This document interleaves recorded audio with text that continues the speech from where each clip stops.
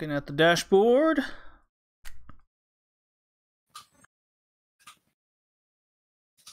Wrestlecast 10.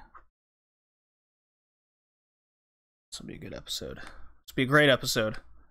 The best episode. Yes, it will be. Every single episode will be the best one. Absolutely. It just gets better, right? It's the greatest episode ever. Even better Tony than Schiavone. Last.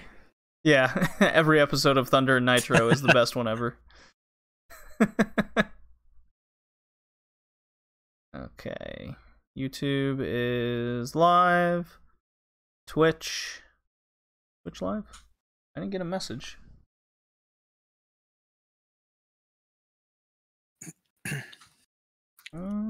Yep, says it's live. Oh, there's the message. Cool. All right. On go, counting down from 3. 3, 2, 1, go.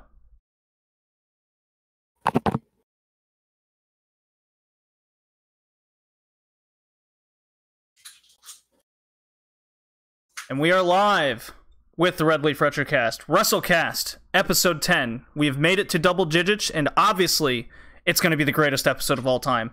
Am I right, fellow podcast host, Rad? Yes, it will be. Will always be the best episode of all time. Glad to have you back, and for another fantastic episode. I'm finally feeling healthy again. The voice is back. Good feelings all around, and lots of wrestling to talk about. Lots of wrestling, man.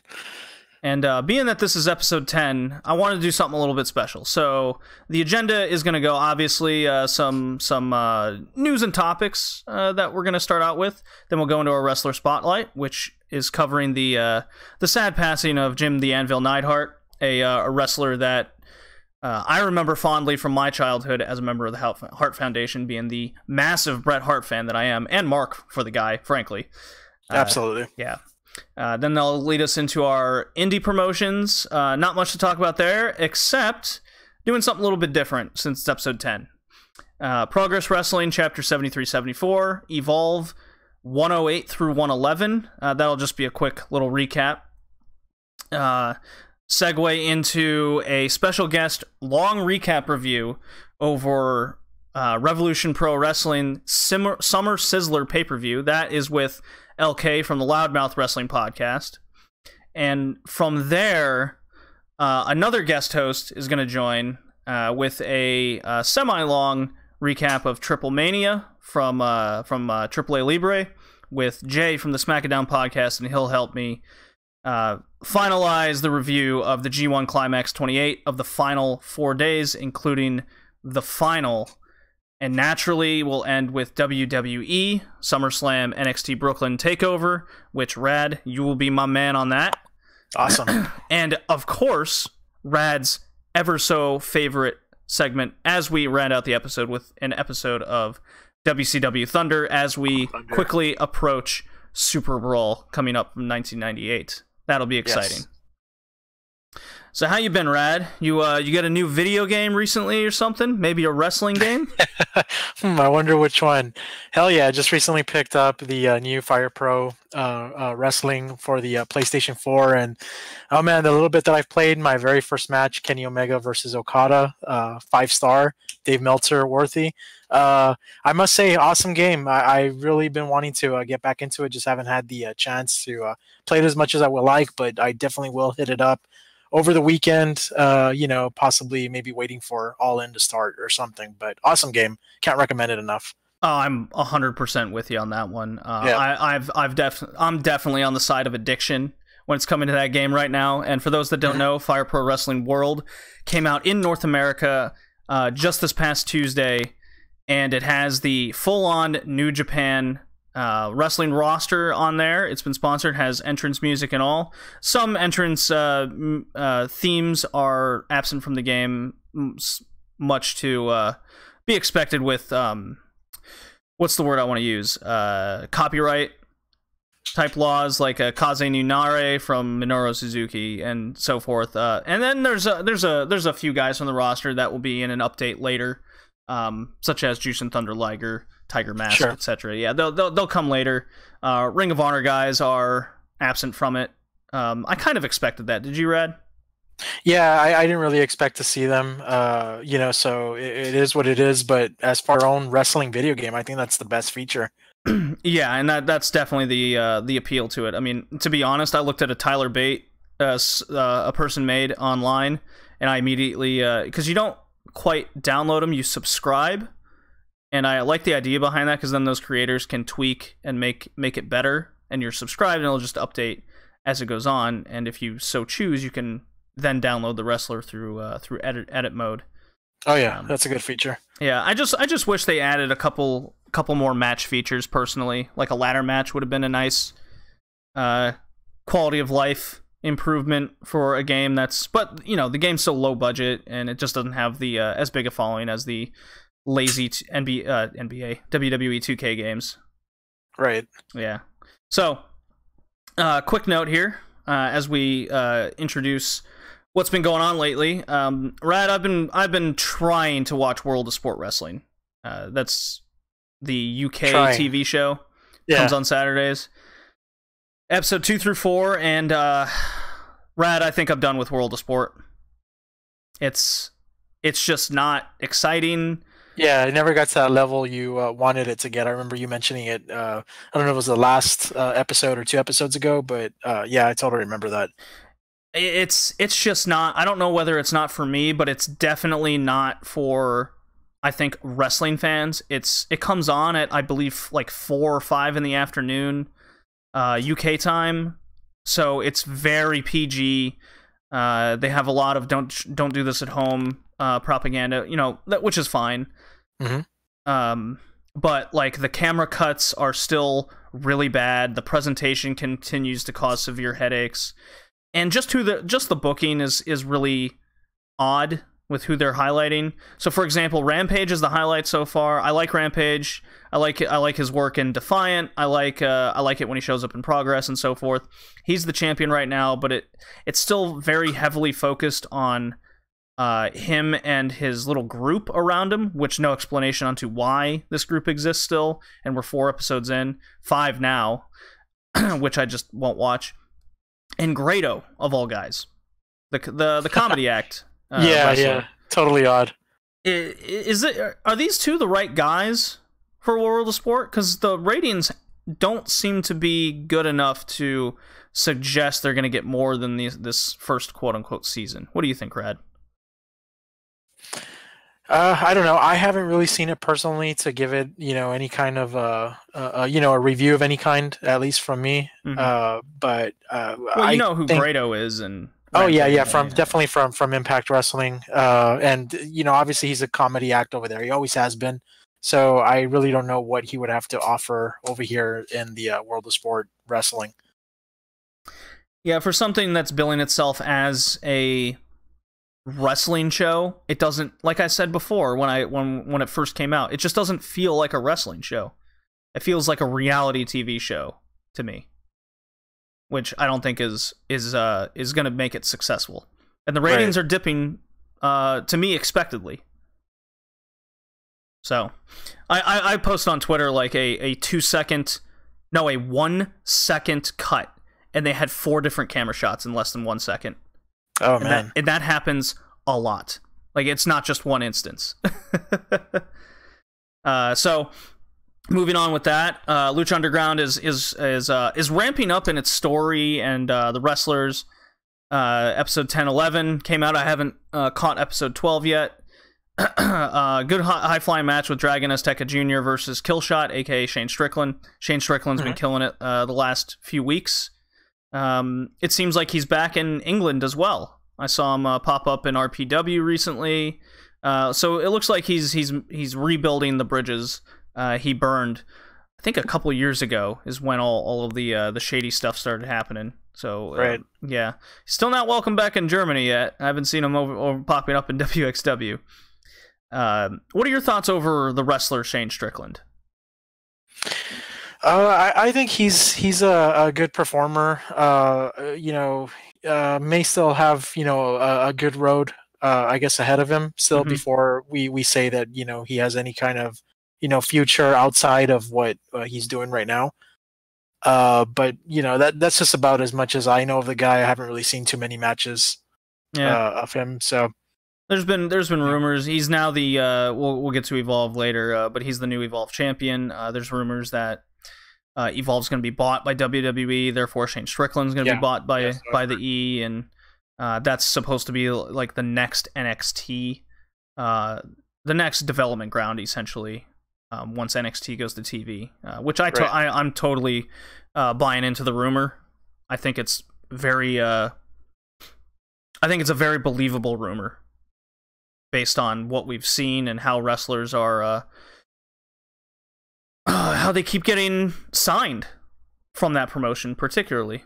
So even recent news, Velveteen Dream is going to be wrestling there, coming up on a couple Evolve shows. Sure, I know. You told me so. That's very, very interesting, as a matter of fact. Yeah. Main event featured a super hardcore. No, episode 11 was basically the hardcore kind of show, and the ratings are dipping, and I just don't know why. I think it's just because anything not WWE just doesn't get the ratings, and it's like, I get it. If it's not WWE, it's not cool. It's not what everyone's talking about, so you don't go out of your way to watch it. Same thing with Impact. We'll get to Impact in a second here. But this was a really good episode of Lucha Underground. It had a haunted house match, which is essentially a hardcore cage match.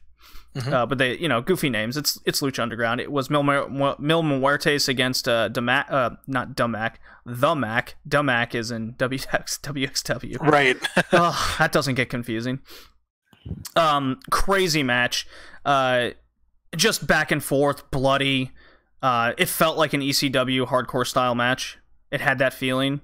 And then it was immediately followed up later in the night with a last man standing match, Pentagon against Cage, the Machine, where Pentagon got sliced with a broken bottle at the start. And then kayfabe breaks both of Brian Cage's arms to retain. Yeah. God. This was a really good episode of Lucha Underground, episode 11. Mm-hmm. Definitely go out of your way to check it out.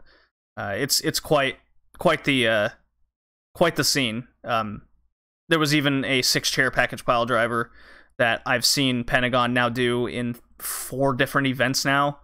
Callahan Slammiversary. I saw him do it at Triplemania, which we'll get to later. And now here in Lucha Underground, so that's like his favorite thing to do these days. Yeah. What are your thoughts on Pentagon, Red? I think he's definitely something unique. It's been a while since we've seen a high profile lucha star, so to speak, and he definitely has it. Very popular with the fans, especially winning the title over at Impact earlier this year. He had everybody behind him. Incredible performer. I did see highlights from that match, the hardcore one that he did. The guy has it, and I'm actually looking forward to seeing matches. His match over at what's the next pay-per-view? I'm having a brain freeze here, so to speak. Are you referencing CMLL's anniversary show coming up? No, but that's a good one actually to bring up. Yeah, I mean, he's all over the place. Definitely, world renowned, and I think he has a bright future ahead of him. So absolutely.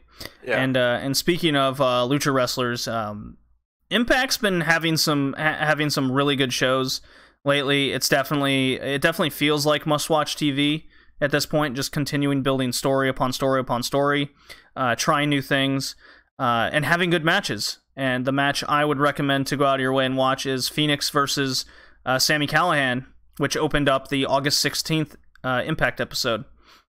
What are your thoughts on Sami Callihan's crazed like persona style wrestling? How do you mean crazed? Like as far as his personality, or just what he does in ring? Like both. His absolutely moves? Both. Yeah, I think it works. Everybody seems to like the crazy style these days, especially fans that are into like the spots and all that good stuff. He definitely has it, and this is a personality that we can see from him watching on TV. So yeah, I'm definitely getting between Callihan and Pentagon. They're definitely bringing back the kind of ECW hardcore story style matches. It's not just a death match, go out and hit each other with light tubes type shit. It's right. like, yeah, it there's makes sense. Obviously a story behind it. Yeah, and that gets me into a hardcore match instead of just let's throw some thumbtacks down and just slam a guy into it and then haha ooh. Definitely. That's pretty much what made the match between CM Punk and Chris Jericho at Extreme Rules back in 2013, 2014, something like that. They had a Chicago street fight, and I think it worked very well because there was a story behind it. Yeah, as opposed to what we saw later with Dean Ambrose and Chris Jericho with their little Asylum match, which essentially was a hardcore cage match, and that was a mess. I did enjoy it though, but I think it was more for the action behind it, watching live on TV. But other than that, there really wasn't much personality or story behind it. Yeah, I like Sami Callihan. I think he's one of the biggest draws right now. Wrestling, him and Pentagon, they definitely go hand in hand. They've had one of my favorite rivalries this year, easily. It's definitely up there. It's definitely in a conversation. Even from a story perspective, I love how Callahan's really selling the hair getting shaved off, and he's losing his mind because of it. Instead of just, ooh, guy lost his hair, now I'm moving on, kind of thing. You see that with yeah, WWE kind of thing. It happens all the time with that. No, this guy's totally losing his mind. Yeah. I mean, to me, speaking of that, just a little side tangent before we go on to our wrestler spotlight is Baron Corbin shaved his head.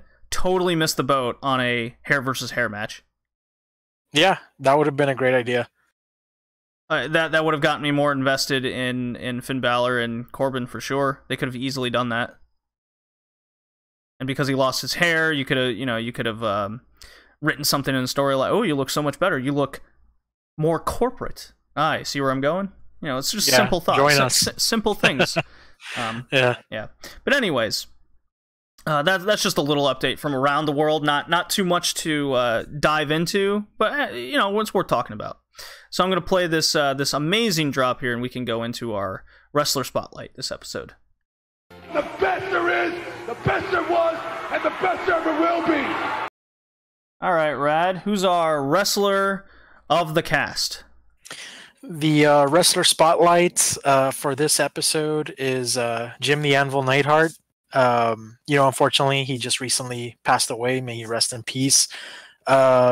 He was definitely a legend. Everybody respected him. He was an incredible performer, had an awesome character on TV, and he's most notably known for being a part of the legendary Hart Foundation, led by Bret the Hitman Hart. I have fond memories of watching him growing up. One of my favorite, tag teams. He went everywhere the British Bulldog went. He just a big part of wrestling in the late 80s and early 90s, moving on over to the late 90s. Unfortunately, just gone too soon. The father of current WWE women's wrestler Natalie. So just heartbreaking to see. It just but she. Natalia. I said Natalie, right? Yeah, it's okay. So Natalia, it was just heartbreaking to see, and I mean, I think we both agree on that he was definitely one of our favorites growing up. Incredible performer in the ring, and you have two matches I don't know about incredible us, performer. Well, as far as tag team was concerned, he made a good partner. That's a better way I would put it, definitely. I always associated Neidhart as a tag team wrestler and the dude with the crazy laugh growing up. Yeah, the dude with the crazy laugh. The intimidating bar visiting biker kind of guy. That's what he always reminded me of. The leather jacket. He was the talker because Bret wasn't. And they worked together. It was that tag team, big guy, little guy. Well, by today's standards, Bret Hart's not a little guy anymore. But as one of the bigger ones now. Yeah, but as we do with our wrestler spotlight, instead of going into a deep history on the wrestler, just in case we want to revisit him, we just cover two matches, talk about it, and the wrestler himself and what was involved. And because the Hart Foundation, he was arguably the crux of it that isn't Bret Hart. Mm-hmm. I went ahead and picked a couple of these, and these are two matches that stood out to me the most with Neidhart, because at the end of the day, it was about Neidhart and his impact with the Hart Foundation, the stable, the tag team. And the two matches I picked were the first tag team title win from SummerSlam 1990, which is appropriate since this is the SummerSlam cast.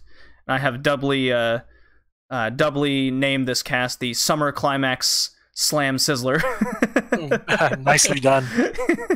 I'm always proud of these names that I come up with. They're dumb, but funny.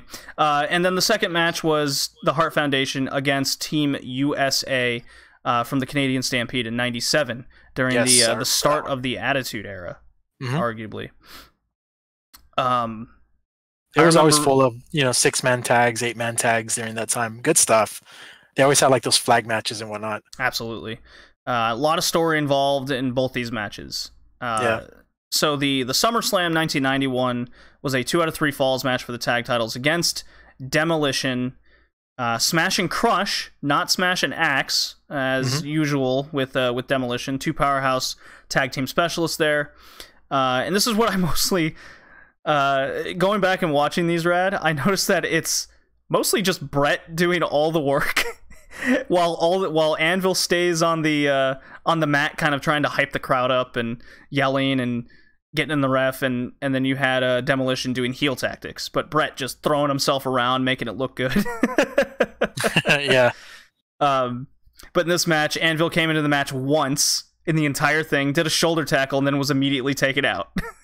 That was his kind of MO. Because I did go back and watch a few more of these. I'm like, yep, Anvil, that's pretty much all he did. That's what he did. Sometimes a power slam would be used, and then into a heart attack. It was very by the book with Anvil, but he did his job. That's the way I took it. What do you think of Anvil and how he carried himself in these matches? I would probably have to say the same. Again, going back to that, I always thought he made an awesome, tag team partner. When I saw him as a kid, he did come off as intimidating, even with the evil laugh. But yeah, he definitely carried it as a partner should. While Bret Hart obviously was the workhorse, in the ring. But yeah, just good memories watching him on TV, and not just tagging with Bret Hart, but other members of the Hart Foundation, British Bulldog, to remember a few. Yeah, I also think he's associated with definitely the product of his time, because you just don't get a lot of these wrestlers anymore, if at all. Characters. He was all character. Mm-hmm. That's what he was. And as you said, he jumps off the screen. You noticed him. As opposed to, you didn't really notice Bret Hart because he was always the guy getting the shit kicked out of him every time, but then would pull through in the end. The babyface, right. character. So Demolition gets the first fall via isolating Bret, and then the second shortly comes after an Anvil hot tag, if you can call it that, which immediately led into a heart attack with which Crush tries to break up, but he jumped on the ref instead. And then the ref just DQs him. So I'm like, oh, okay. I guess that works technically through the rules and everything. Then Axe comes in down to kind of pull a twin magic kind of deal, this old switcheroo with Smash after the second fall, and they hit each other under the ring. Totally fools everybody. And then this is where the match just kind of goes out of hand, with the Legion of Doom comes out to ruin Demolition's trick party. After a quick shoulder tackle into a schoolboy, Hart Foundation wins, and the crowd goes absolutely insane. Yeah.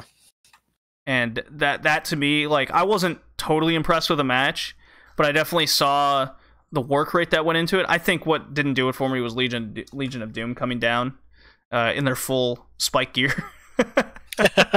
Yeah. I was like, something's off here. They clearly interfered. The ref kind of didn't know what to do, and he just kind of let things go. But yeah, like I remember as a kid watching this on a VHS tape going nuts myself, so who am I to disagree with looking at the past and not seeing what the reaction was and disagreeing? There you go. Yeah. Much like how we covered the Macho Man Hulk Hogan match. Yes. Mm-hmm. Yeah, very much that same way. Any other thoughts on this match, Rad? No, not at all. I think we pretty much did it justice and touched base on what we wanted to talk about with that match. Alrighty, and the second one is the Hart Foundation versus Team USA in Your House Canadian Stampede 1997 WWF. So much history and rivalry in this match I can't begin to even explain. It was all 5 Hart Foundation members versus the team of Stone Cold, Goldust, Legion of Doom, and Ken Shamrock. And for those that don't know, all 5 members of the Hart Foundation consists of everybody that was trained in the Hart Dungeon, Stu Hart's little basement. It consists of Bret Hart, Owen Hart, Neidhart, obviously, Davey Boy, British Bulldog, and Flying Brian Pillman. And he's the only... even though he didn't have too much time there, he was an ex-football player for the Calgary Stampede, and then when he got cut, he became he just kind of became a part of the family. So that explains like Pillman and who he was, because Pillman was he's definitely a guy I'd like to cover in a future spotlight some down the line, because he's a very fascinating character and a fascinating wrestler. So crowd was beyond extremely hot for this match in Calgary, like not even it would jump off the scale with how much heat Team USA got. and the Hart Foundation were heels, but the way hometown heroes, the way WWF booked it, they just go, yeah, you're putting this Team Canada in Calgary, treat them like the face, just do a nice little like character switch, essentially. And then when they looking back on it, when they went back to the US, they were heels again, which to me that makes sense. That's like booking Brock as a face in Minnesota. Yeah, there you go. It definitely brought that realism. I remember, watching this as a kid, and it just came off as being very realistic, because if you had, I guess wrestlers representing, 2 different countries, obviously they're not going to see eye to eye. And man, at the time, if you watched wrestling, especially WWF in 1997, there was like a legitimate wrestling war between the US and Canada, and the Hart Foundation were obviously representing Canada all the time. So it was an awesome time to be a wrestling fan, and I have a lot of fond memories seeing these type of matches. And make no mistake that this Hart Foundation versus Team USA match at In Your House Canadian Stampede was definitely one of those highlights. Yeah, I loved how the large multi-man. This is how large multi-man tag matches should be. And should be built. This is like War Games 101 type stuff. Yeah. You had characters staying in character throughout the time, and not acting like statues on the side of the ring. That's a major problem I have with a lot of Survivor Series matches in WWF, and especially in current WWE, where you have these tag matches and you just see the characters just standing there on the apron. They don't do anything. They don't do anything. They're not hyping the crowd. Going back to Jim the Anvil Neidhart's involvement as being part of this tag team, is he always did that. And just like you mentioned it, we don't see a lot of that nowadays. They're just going out there to work. There's no passion put into it. Right. It's a lot of complacency. And Neidhart throughout the entire time he was on the apron, he never stopped once working the crowd. If there was any sort of lull, he'd try to get into the match and the ref would have to come over. Then immediately the crowd would start booing, just working it. And that's what he was good at. It's really a lost art. And man, could you even call it a lost art when they just don't even do it anymore? True. It's like basic moves. That's why Zack Sabre Jr. sticks out as a wrestler. He does basic moves, but he makes it look good, when a lot of indie guys and WWE guys just go out and do their 4 moves and then call it a day. Right. Yeah. So Neidhart was definitely... Neidhart and Pillman in this match in particular were characters. And naturally Stone Cold just being Stone Cold. His start of Austin 316, I don't give a fuck, was super heel in this match, taking out Owen Hart's legs, and then Bret getting revenge on Stone Cold and making him go to the back, and then they both come back. even to the point where Austin like started beating up Bruce Hart from the audience, which was I think Brett's older brother. It's a crazy match. It just shows how much the Hart Foundation had an impact in wrestling as a whole, and Neidhart was a part of that. We even saw it on SummerSlam, where Natalya came out with Neidhart's jacket that he wore from SummerSlam 1990. Yeah, and of course was immediately cut off by Ronda Rousey's music, so that didn't come off as odd or anything. Oh my god, kitty cat. No. He's jumping all over my mic, knocking stuff over. Chill, kitty. I'm talking about Jim the Anvil Neidhart, but I think I'm pretty much done. I have nothing but fond memories for the guy, and of course, many pictures of him with the fanny pack. Oh yeah, definitely. Yeah, him and British Bulldog always have the fanny pack on in pictures from the 90s. That was the thing. Do you have any final thoughts on Jim the Anvil Neidhart and the Hart Foundation in general? No, I think with these two matches and what we briefly discussed, definitely, did Jim the Anvil Neidhart, justice, may he rest in peace. And I think a lot of people out there, if y'all haven't seen, any of his matches, I recommend seeing a lot of the tag matches he had with Bret the Hitman Hart and tagging with the other members of the Hart Foundation later on in the 90s. So a lot of good stuff. Great TV. I agree. What saddens me the most now is that picture that's been going around the internet with the infamous picture, the now famous picture of that came after the Canadian Stampede match, where all the members of the Hart Foundation were getting their hands raised, and everyone's in black and white except Bret Hart now. Yep, the last and final member. Yeah, none of them lived to 50. I think Neidhart was only like in his 40s, or was he 53? I thought he might have been in his 50s. That sounds more a little. Either way, it's too early. Yeah, either way. Definitely. And we're seeing a lot of that, nowadays with a lot of wrestlers from the 80s and 90s, and it is sad. I guess just life on the road, sex, drugs, and rock and roll lifestyle. It was just a different time, and I guess it just catches up to a lot of them. Yeah. So, well, why don't we take this into the indies, and we can quickly cover Progress and Evolve Wrestling. Right on. Naturally, as I play. You know what? I got a new one I'm gonna play today. Let's see here. Where is it? There it is.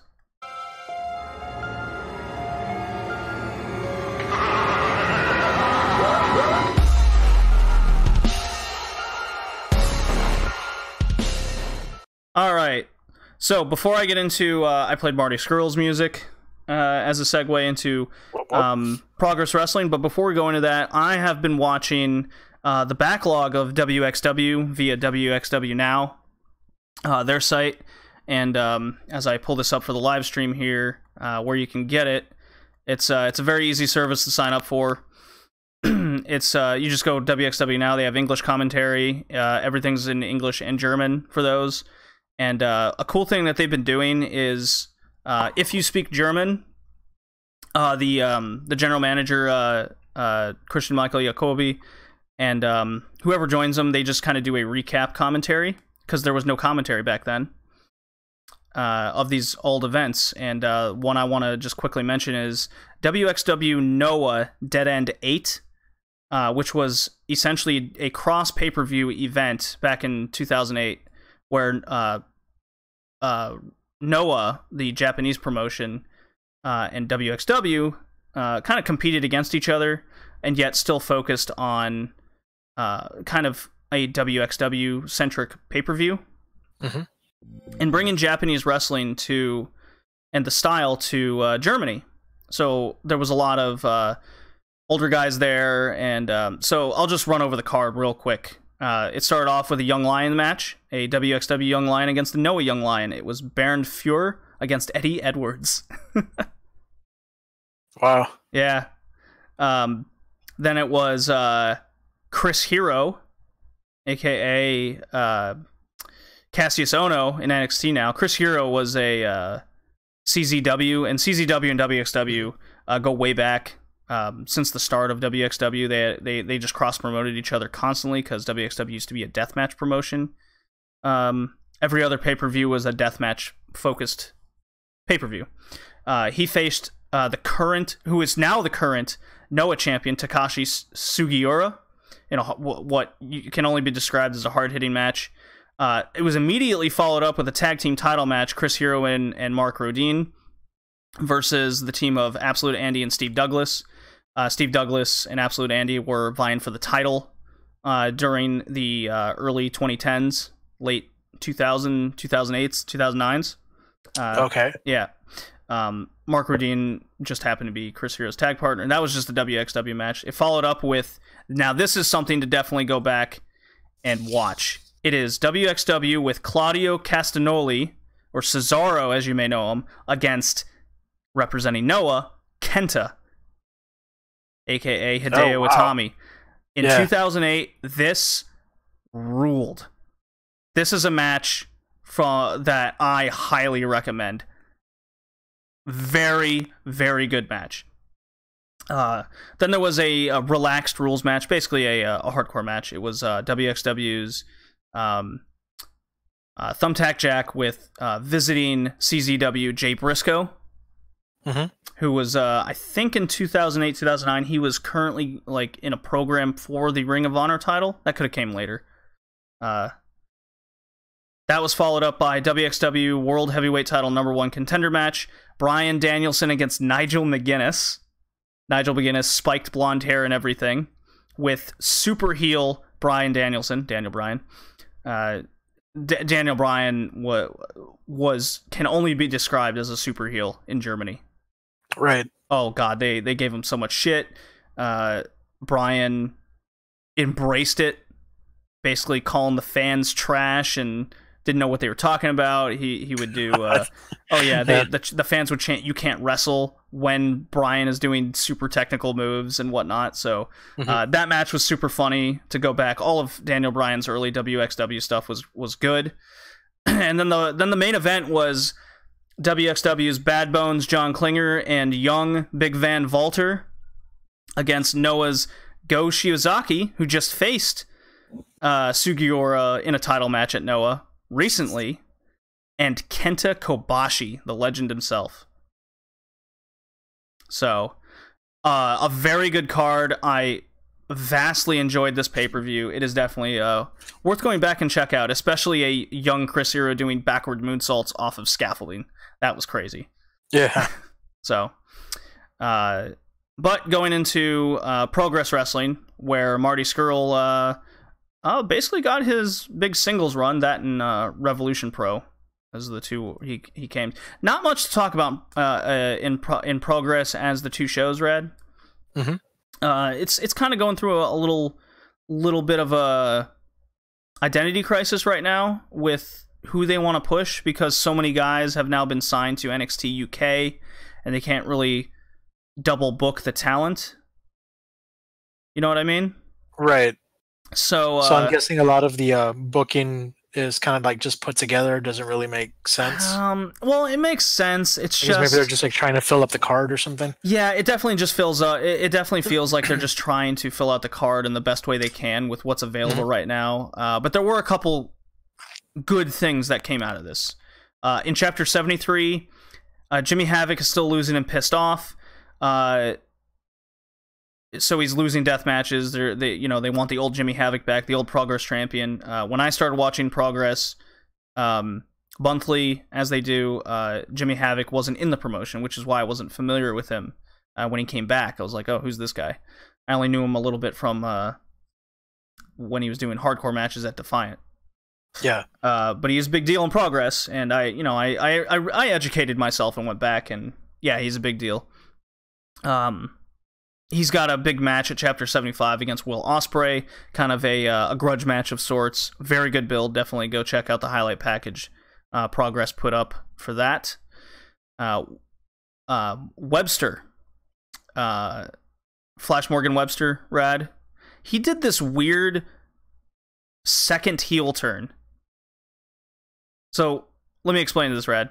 He did a heel turn because he was a babyface and he was losing a lot, and then he did a heel turn to join Havoc and Haskins. You know, he slowly started cheating in his matches more. Havoc and Haskins like brought him to their side to be a bad guy. Then in this, they were in a tag match, and then Webster cuts a promo. You know, I'm very happy to be winning again. You know, I'm gonna be doing this. I'm gonna be continuing this tag thing with my best friend and my mentor. And then he goes, but it's not you, Haskins. And in comes Wild Boar, big dude. He looks like Dozovich a little bit from NXT, and so he did another heel turn because Haskins and Havoc slowly became kind of that tweener character, the bad guys that are cool, that are fun to like kind of deal. Yeah. So then Webster went heel on them, so he's done 2 heel turns over the course of the summer, essentially. Oh wow! I can't really remember a booking quite like this. Can you? No, not at all. Especially not in such a short amount of time. Yeah, I really like it. It definitely brings more character and more story into it. It's interesting. That's definitely for sure. And then Chapter 74 occurred. Walter finally wins the Progress title against the coward Travis Banks. Yeah. Yeah, only a 14-minute match. A little too much shenanigans pulled off from Banks, but it did fit the character and how everything was built. Crowd definitely popped hard when Walter finally did win the title, and I think this was the right decision to put the title on Walter, especially with Travis Banks going to NXT UK. He'll still be able to do Progress shows, but not as much. He won't be able to defend the title, you know, quite as often. It's good to put it on a guy who's going to be there more, for sure. Don't pull the Brock type situation. Yeah. Match wasn't too impressive, but it's definitely worth checking out, at least for story purposes and the fun of Walter winning arguably the most prestigious title in the UK. So, good stuff there. Any thoughts over Progress Wrestling from what you've heard, Rad? No, not at this point in time. Yeah. They just came back from their Coast to Coast tour in the USA, which I spoke about in the previous podcast. If you go sign up for their service, it's $8 a month. It's very affordable. Big backlog. They're doing more documentary type stuff now. It's Progress is picking up. I just hope they're not going to go through this phase of kind of talent starvation, since they've pretty much been gutted. There's no other way to describe it. Right. Yeah. So Evolve 108 through 111. So this is in between. This is during the time essentially when Progress is doing their Coast to Coast tour. Evolve went with them on the tour and did some shows of their own. This is another case of talent starvation, especially with the idea is Shane Strickland came in and did a won the title from Matt Riddle. As we know, Matt Riddle has been signed to NXT officially. Sure. What do you think of Matt Riddle going to NXT? Do you like this move? Or are you afraid for future booking? No. I think I'm good with the move because I think it'll expose Matt Riddle to maybe a broader audience who are not familiar with, you know, Evolve, which is where he did most of his work, you know, as of late. But no, I think it's a good thing. We'll have to just wait and see. Obviously, WWE will limit him probably as to what he's able to do. I mean, let's face it, he has a lot of fans behind him, and there's a certain aspect of Matt Riddle that they like, and I'm not sure we'll see that in WWE NXT. So we'll just have to wait. But I'm cool with the move and exposing him to a larger audience. Yeah, and that's definitely something, whether it be Twitter or listening to other wrestling podcasts, when they saw Riddle pop up, it's very obvious no one knew who he was. They saw essentially a goofball. I mean, he is, but he is definitely an indie fan favorite, an indie darling guy. Yeah, definitely not something the you know, a casual might know. So yeah. The same thing goes for Keith Lee as well. The exact same thing. Nobody knows who he was, and I'm like, man, just even the smallest like Google search on both Lee and Riddle and what they've done on the indie scene just in the last year just does wonders. So I definitely recommend to anybody to just just Google these two guys. I mean, they have plenty of matches against each other. If that's not an NXT future booking, I don't know what I'm doing watching wrestling. But Evolve 108 through 111, there was really only one match to truly talk about, and the rest was just kind of, they were okay matches, but if you're pressed for time, nothing truly worth going out of your way. And my cat is hitting the mic again. Oh, man. Oh, boy, he's all over me now. So Darby Allin, he's a really tiny dude, half face paint. He had a bunch of decent enough matches, still way too fast-paced since he is botching still quite a few moves still. He's got a fun finisher where he does this like Indian Deathlock into an alligator-like pin. Decent to good matches against Austin Theory, Matt Riddle. In the four-way match at Evolve 111 definitely is a standout. So Darby Allin has been putting in some good showings lately. Definitely someone to look out for. He's definitely the future of Evolve, it seems, especially now being booked in a singles match against Velveteen Dream coming up. Sure. Yeah. I'm still not the biggest fan of his, but I do see the potential. Joey Janela is trying to break away from his deathmatch style CZW type stuff. He was in a match against AR Fox, the guy that's been with Evolve since the start. Good. It was a super spot festy match. So if you listen to this podcast, Rad, obviously you know how I feel about spot fests. Sure. Yeah, I was about to ask, was this more of a traditional wrestling match? But I guess it was still spots. Yeah, it was a traditional spot fest match. Go out and do your cool moves and then call it a day kind of deal. The four-way for the WWN title, as I mentioned earlier with Al and Darby, that was a good one. Nice, simple, fast-paced four-way with lots of spots as to be expected on the indie circuit. Evolve is definitely lacking that talent to kind of carry matches. Mm-hmm. And a good example of that is Riddle versus Strickland for the title in a hardcore match, and it pulled out all the stops. This was a great example of what Evolve is definitely going to be hurting for in the near future until they build up guys like Darby Allin, Joey Janela more, Austin Theory making that next step. I think all three of those guys are worthy of it, but they're a little ways away. They're going to have their own program for that mid-card title for quite some time. I just don't know who's going to be facing Strickland. So what I mean by they pulled out all the stops, and Rad, this is definitely a match going to go out of your way and watch out for, because it's quite something. Riddle takes a chair shot and messes up his finger pretty bad early on. He basically lost his fingernail. Yeah. Bad. He was bleeding the whole match from the hand. Lots of chair shots, including a tombstone through just a bunch of them set up. Oh, man. A nice senton table spot. Some strong style moments, which I really enjoyed, which I was not expecting, because I just don't see that from Strickland. He doesn't wrestle in Japan and those kind of things, but I guess him being a part of RPW more and more, he's getting more exposure to that, and that really... Yeah, because I was that definitely is not coming from Matt Riddle, so... Well, Matt Riddle definitely does strong style stuff because of his MMA background. He just kicks dudes with his foot real hard. That's the part where I'm worried that it's not going to translate into WWE. I just don't think Riddle's style, it's gonna need a complete overhaul.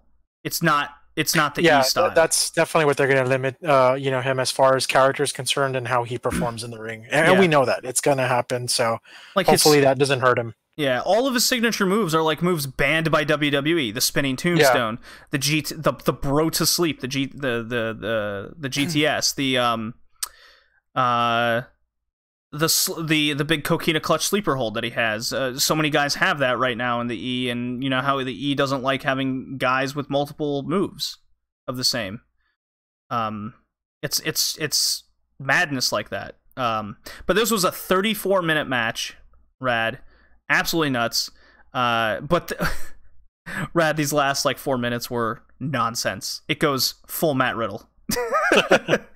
He kicked out of, count it, 5 Strickland finishers, including a top ladder through a table finisher.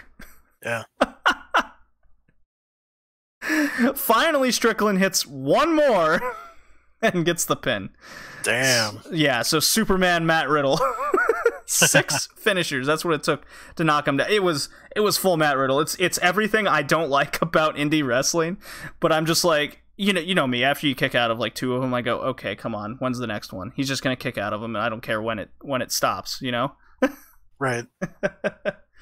Oh boy. But that covers that. You have any thoughts over Evolve and what I've said, Rad? No, I think I just do agree with you that I don't think that's something that we're going to see translate over to WWE's product. But then again, it's not like if I guess many recognize them, and this is going to be his opportunity, I guess, to have Matt Riddle, give him more exposure, and even if he has to change his moveset or reset it, so to speak, I guess really any new fans tuning in for the first time to check him out aren't really missing out on anything at this point. And I know you're really not a fan of that type of style, so maybe he'll definitely change that.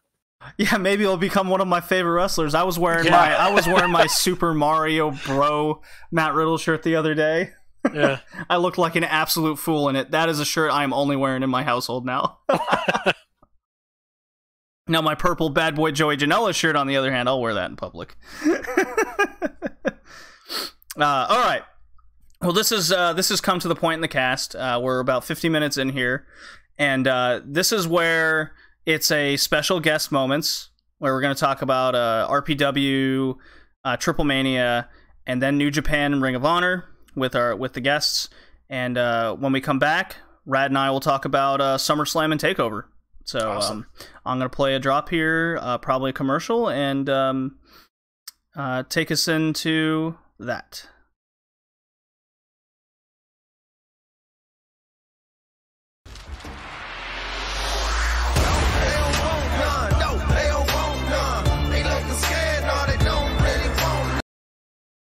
All right, Rad. Welcome back. Still here. Still here. SummerSlam has come and gone, and we're definitely talking TakeOver last, because I want to talk about good shit. Yeah, I'm good with that. So, you watched about as much of SummerSlam as you needed to watch, correct, Rad? Yeah. Just as my SummerSlam was only 2 matches that I cared for. We mentioned in the last podcast was just the match that Becky Lynch was involved in, and the match between AJ Styles and Samoa Joe. After that, I tuned out, didn't really care for the rest. So that was my personal SummerSlam. So I have to say my personal main event was a good, solid one. Yeah. There were a few things of SummerSlam. Okay, all right. I'll go on record saying I did enjoy SummerSlam. I thought it was entertaining, much like Triplemania, despite a lot of issues and what have yous involved. I was entertained, and at the end of the day, I think that's what makes wrestling enjoyable. Sure. The booking choices and frustration come later. In the moment, I was enjoying SummerSlam, I had a good time. Now the fallout is where things start getting a little hazy. But let's discuss, before we get into any of that, let's discuss a little bit of the matches here.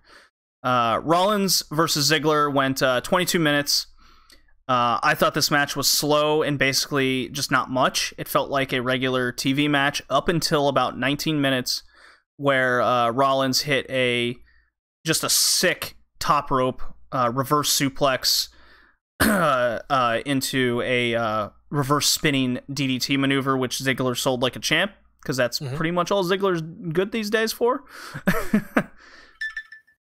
But Ziggler, for the most part, just looked like he wasn't having any of this match. He was just kind of getting bumped. Rollins was flailing around the ring, just trying to make things sellable, is the best way I can put it. I'm not saying it was a bad match. It just didn't do much for me. Did you see this, Rad?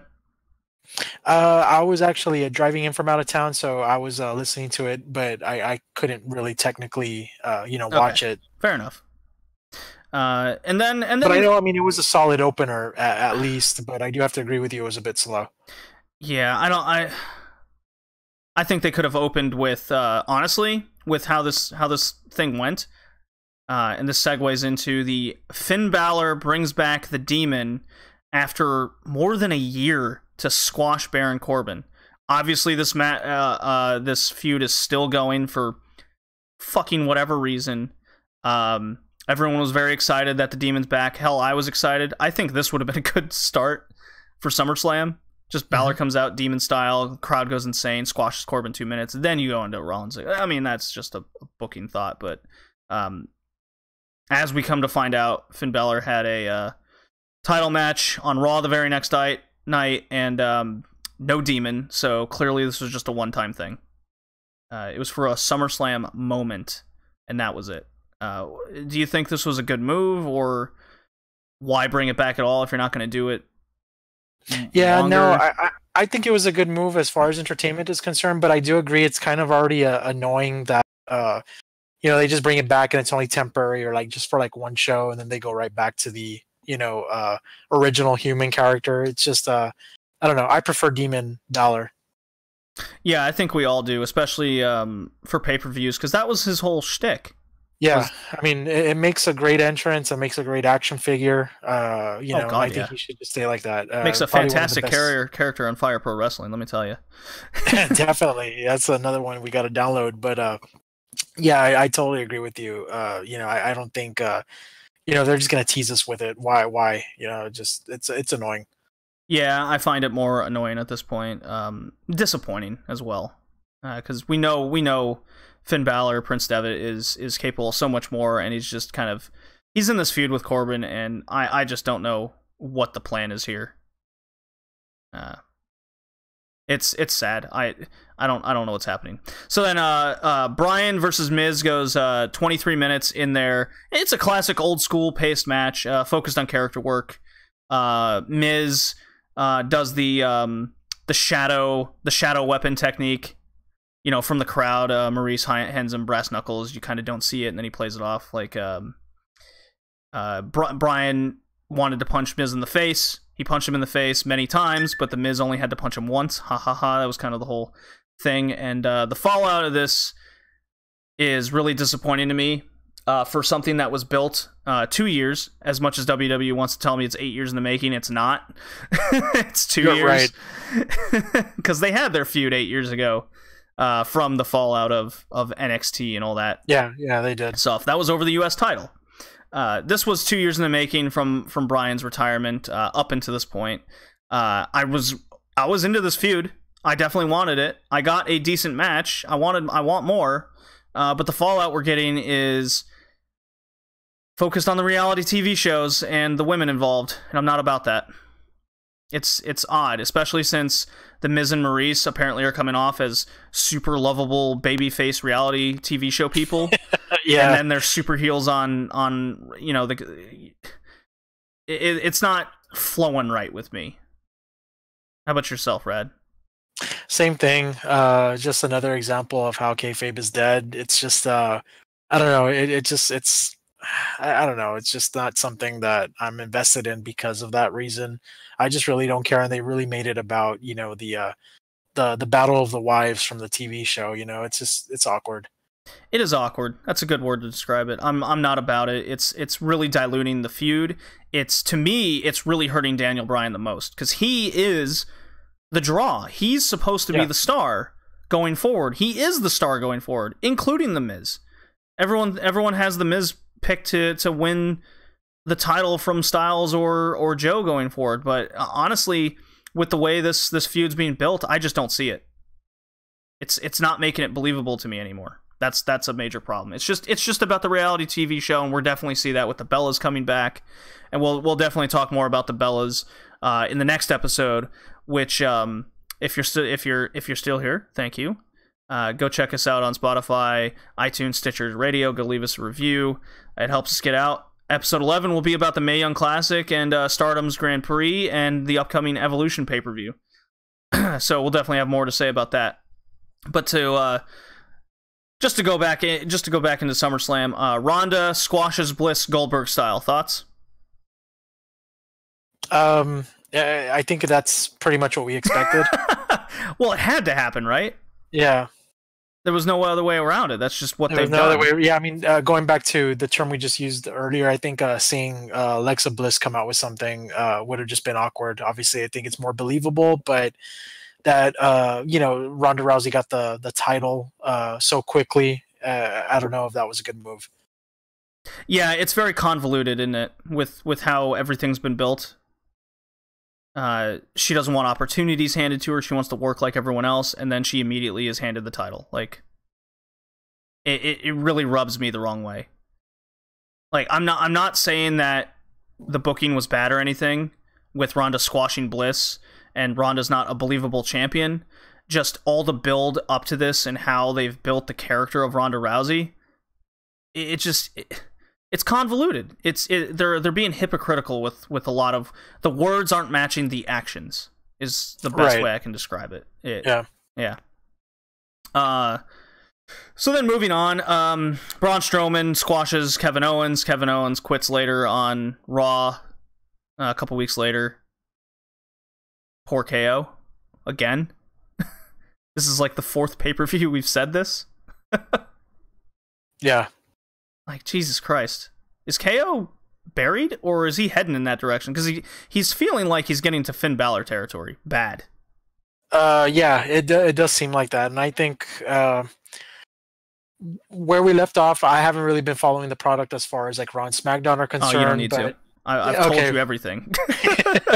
Yeah, I just know he just recently came out and did some sort of like I quit thing. Obviously, we know it's kayfabe, but it just seems to me they're wasting time, with him. And he's such an incredible performer. The first time I ever saw him, wrestle John Cena live in person, I was very impressed. And I don't think we're getting those type of matches anymore. It's all about comedic character these days when they're involving Kevin Owens. Well, I will go on record saying this. I was convinced to go back and watch the recent Raw match between Rollins and Kevin Owens, which led to that I quit moment.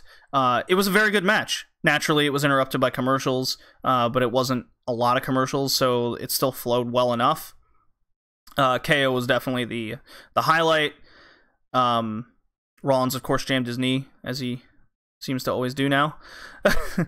Yeah. Which speaking of, just a side tangent, I watched an old WXW pay-per-view.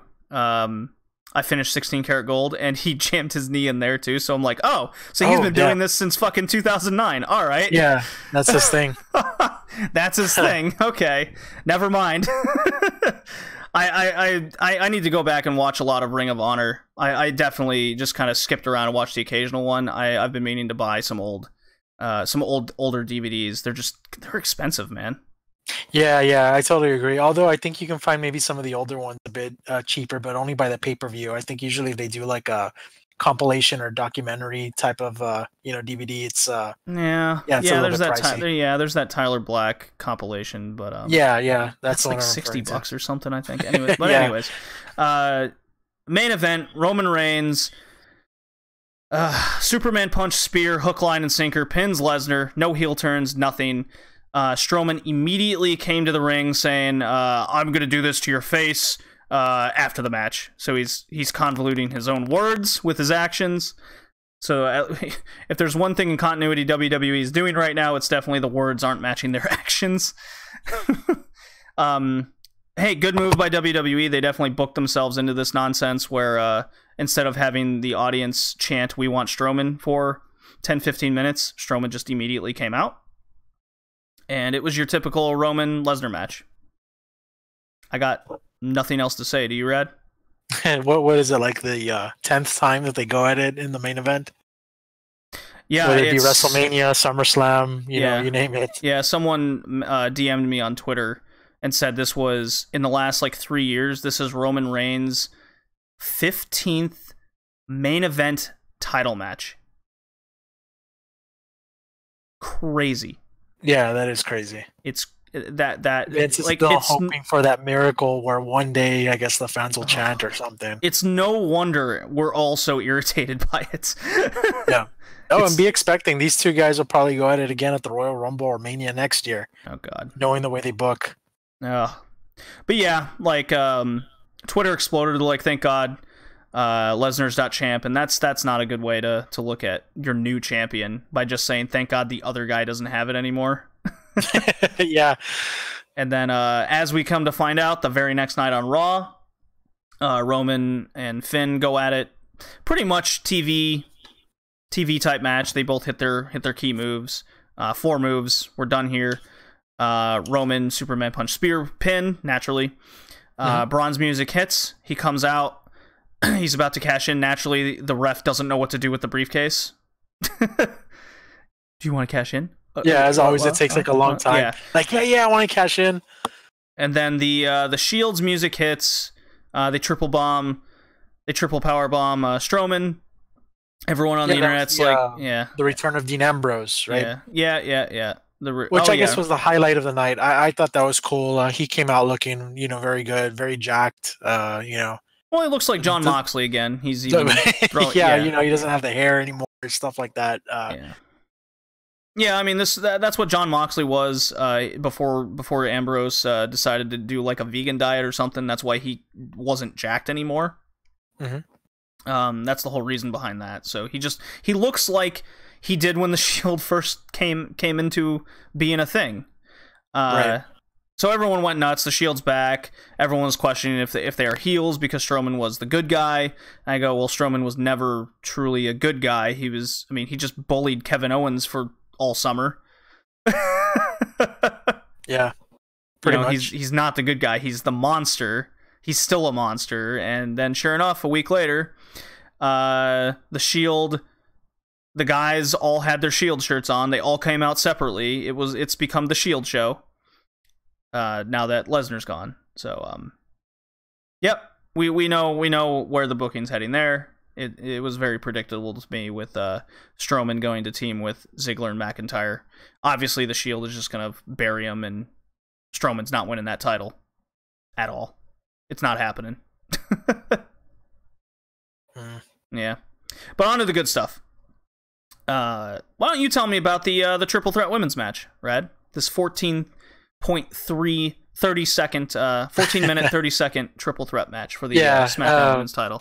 So again, that was a match that I was glancing at because I was driving in from out of town, unfortunately, but I was definitely listening. And going into this match, everybody was fearful. Becky Lynch already had the I guess charisma, the fans behind her going into this match, and just weeks prior, Charlotte inserts herself and becomes a triple threat, and I think we all pretty much predicted and knew that Charlotte was going to take it. Sure enough, it goes down that way. Unfortunately. Unfortunately, and again, not to take away anything from Charlotte, I think she's one of the greatest women's wrestlers today. But she wasn't the right person to win in this match. All the energy and all the fire and all the passion was behind Becky Lynch, and it wasn't booked this way. But then the result, happened afterwards, and Becky Lynch went in to congratulate Charlotte. We were expecting them just to hug, shake hands at, okay, you won, congratulations. And she just totally decks out Charlotte, heel turn right there on the spot. I actually marked out, to be quite honest. Oh my God. It was arguably the biggest pop of the year. Yeah, it was definitely a pop. I know we actually discussed our predictions on the episode prior, and you may have not been, a fan of her turning heel, but I think heel Becky Lynch right now is amazing. I'm a huge fan of it, and it all started and culminated, there after that match when she had her heel turn, and I think it worked. And this was the only time that we could actually see Becky Lynch lose, but at least there's some sort of reward behind it, and definitely storytelling. And now we're going to get some legendary matches again between Becky Lynch and Charlotte. They feuded in the past.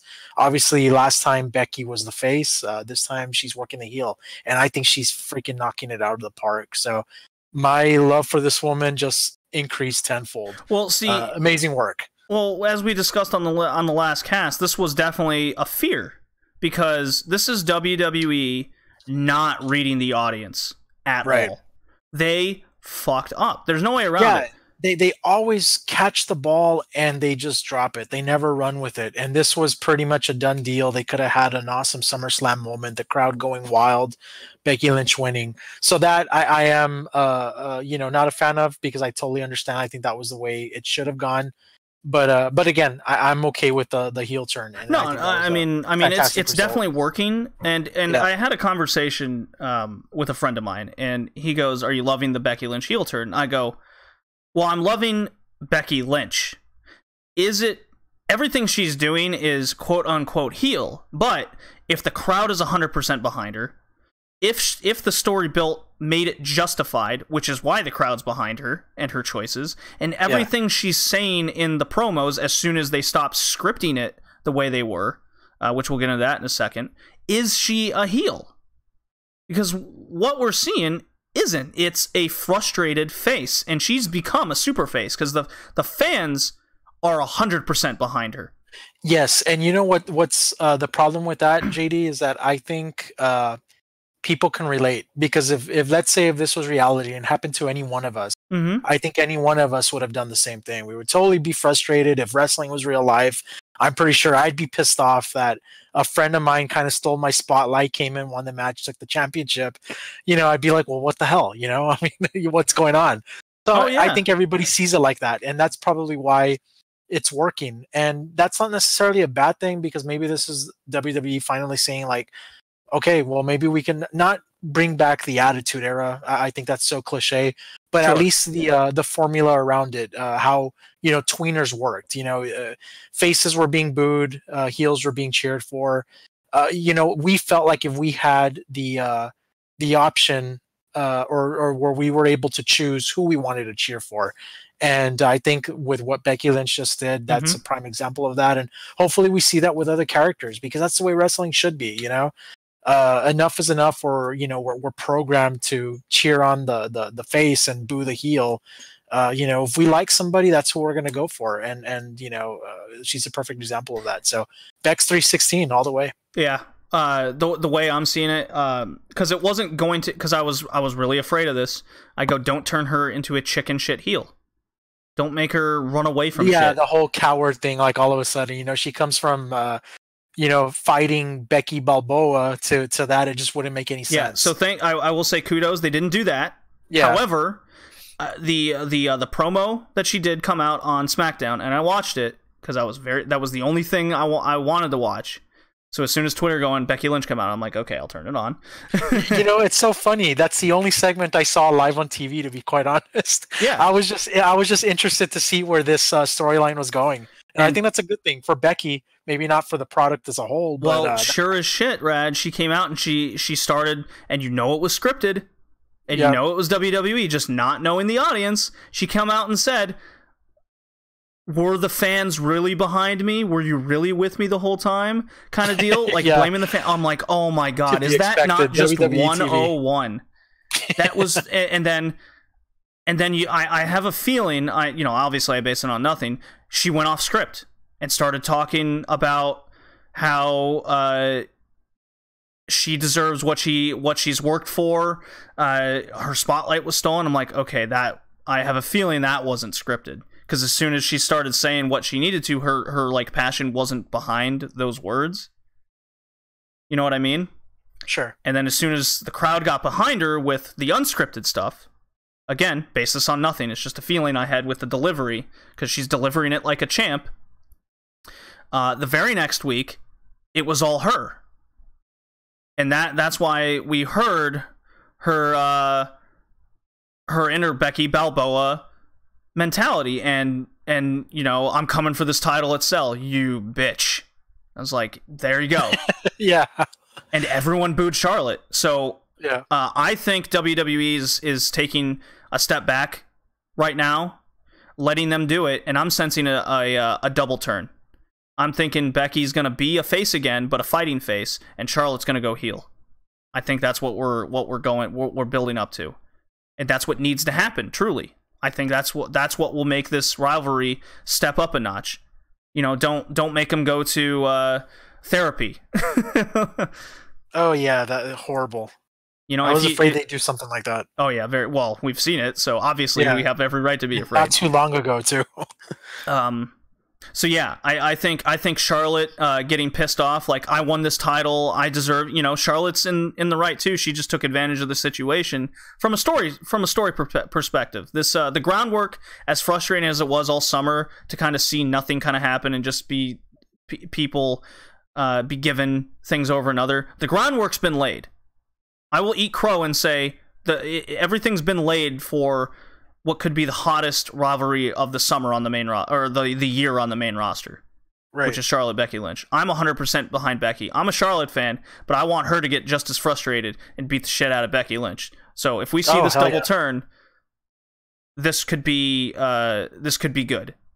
It's definitely everything's been laid down to be a great rivalry with a slew of great matches. It's off to a good start, you know, and then obviously they had some really good matches just a couple of years ago when the roles were reversed. But I think now, like you said, the groundwork has been set. I think the roles are in the perfect spot, and there's a lot of story behind it, and it's believable. Again, you know, people are behind Becky because this is something that a person in real life would do. This is how somebody would react. It's not all you know, unicorns and rainbows, so to speak. This is reality. Yeah. As for the match itself, which we haven't talked about. The match I know, itself, it's so funny. We already went off on a tangent, but yeah, hey, it's Becky Lynch. Yeah, I think this was arguably Carmella's best match I've ever seen from her. Because of who she was going up against. Because of who was involved, and they had, you know, Lynch and Charlotte had their moments of flashing. I think Carmella still looked lost at times. She did manage some good moments, decent some near fall attempts. Very good spots with Charlotte with her twisting back moonsault from the turnbuckle to the outside, which basically forces everyone to kind of just get out of the way, and they just got to sell it. I'm an ex-gymnast myself. I know how dangerous those moves are. If someone like catches you, can easily just land awkwardly. And Charlotte's been on record saying she would rather them not catch her so she could land properly.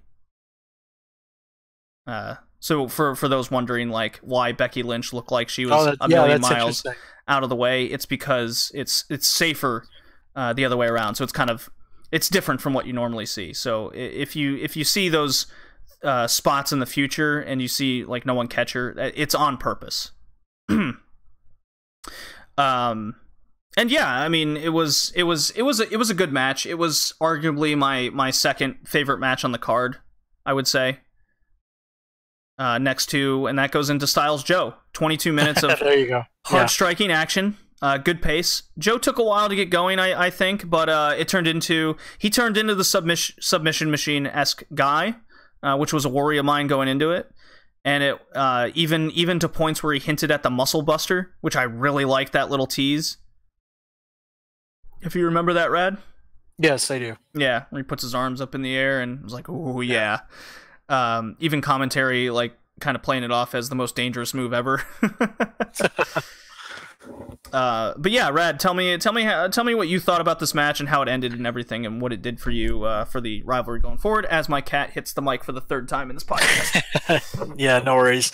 Yeah, definitely. I think the match pretty much delivered what everybody expected. I think going in, a lot of the hardcore wrestling fan base was definitely tuning in for AJ Styles and Samoa Joe. We all remember their previous work over at Impact Wrestling, and obviously it did show here. Now they are a lot older, however, that didn't take away from the performance. As far as the story, oh man, I'm very invested in it. Going back to the reality of wrestling, this is another one. I think they're really selling it well. Samoa Joe coming off as like the guy getting underneath AJ Styles' skin by, you know, mentioning his family, his wife, his daughter. You know, who's her real daddy, that kind of thing. It's good stuff. And Samoa Joe is playing the role of the heel here, like perfect. You know, and then you have AJ Styles, you know, as the you know, the father and the husband defending his, you know, family's legacy, and you know, it's just getting very real. And this is another this is how you book, you know, wrestling, and this is something that they should have did between Shinsuke Nakamura and AJ Styles after that heel turn by Nakamura at WrestleMania. Of course, that was a complete failure, but I think now in a positive light, they really know what they're doing, and I'm a fan of this rivalry moving forward, and I want to see where it ends up. I don't want to see it end so soon. I think they have a lot of matches ahead of them.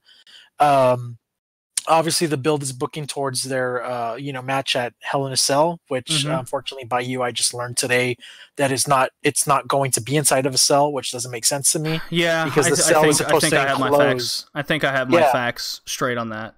Yeah, I mean, the whole point of having a Hell in a Cell match is it's supposed to be the final one of at least a trilogy of matches, and it's meant to, I guess close in these two wrestlers going at it, in a grudge match because they hate each other and they just want to beat the crap out of each other. Nobody goes in, nobody goes out, but we're not seeing that. So, anyways, I have faith that they will build towards a culminating match down the road. Mm-hmm. But definitely looking forward to the match, Cell or not, at Hell in a Cell and see where it takes us. Very real, man. These guys are going at it. Yeah, I every time Styles and Joe meet, they always deliver. Always deliver. I just I'm not sure. I mean, obviously, it didn't. This did happen, but if Styles didn't get busted open on the steps the hard way and he was bleeding, to sell him getting angry and losing his mind, I don't think I would have liked the finish quite the same. I think I would have been irritated with the DQ finish. Actually, I know I would have been irritated with the DQ finish at SummerSlam. Yeah. Because this is where it just gets weird for me, and it's WWE booking that just irritates me. Because I did love the match, if I just ignore like the last 30 seconds up to a point. Is SummerSlam is supposed to be either one of two things. It's always supposed to end the rivalry because it's a big pay-per-view, right? Or it's supposed to build something so new that it's going to be taken way down the line into possibly WrestleMania. That's what it was. We saw it with the Warrior Rick Rude, which we covered on this cast on the Warrior Spotlight. The Mega Powers exploding. I believe that whole thing started at SummerSlam, if I'm not mistaken. Could have been the Royal Rumble. But the point is, your major pay-per-views usually aren't where you... Cat, seriously. Like, oh my god, this whole cast. He's a co-host. He's the co-host of this one. What was my train of thought here? You're not supposed to start... Like, the first match of a trilogy isn't starting at major pay-per-views. If anything, this should have started, like, at Extreme Rules or something, or what have you. But I think that also leads into another just topic in itself, is these gimmick-centric pay-per-views just make the gimmick not important anymore. You know what I mean? It makes the rivalries less important, starting at certain times. WWE and their just nonsense DQ finishes over and over again. I'm over that. I've been over that since 1994. Right.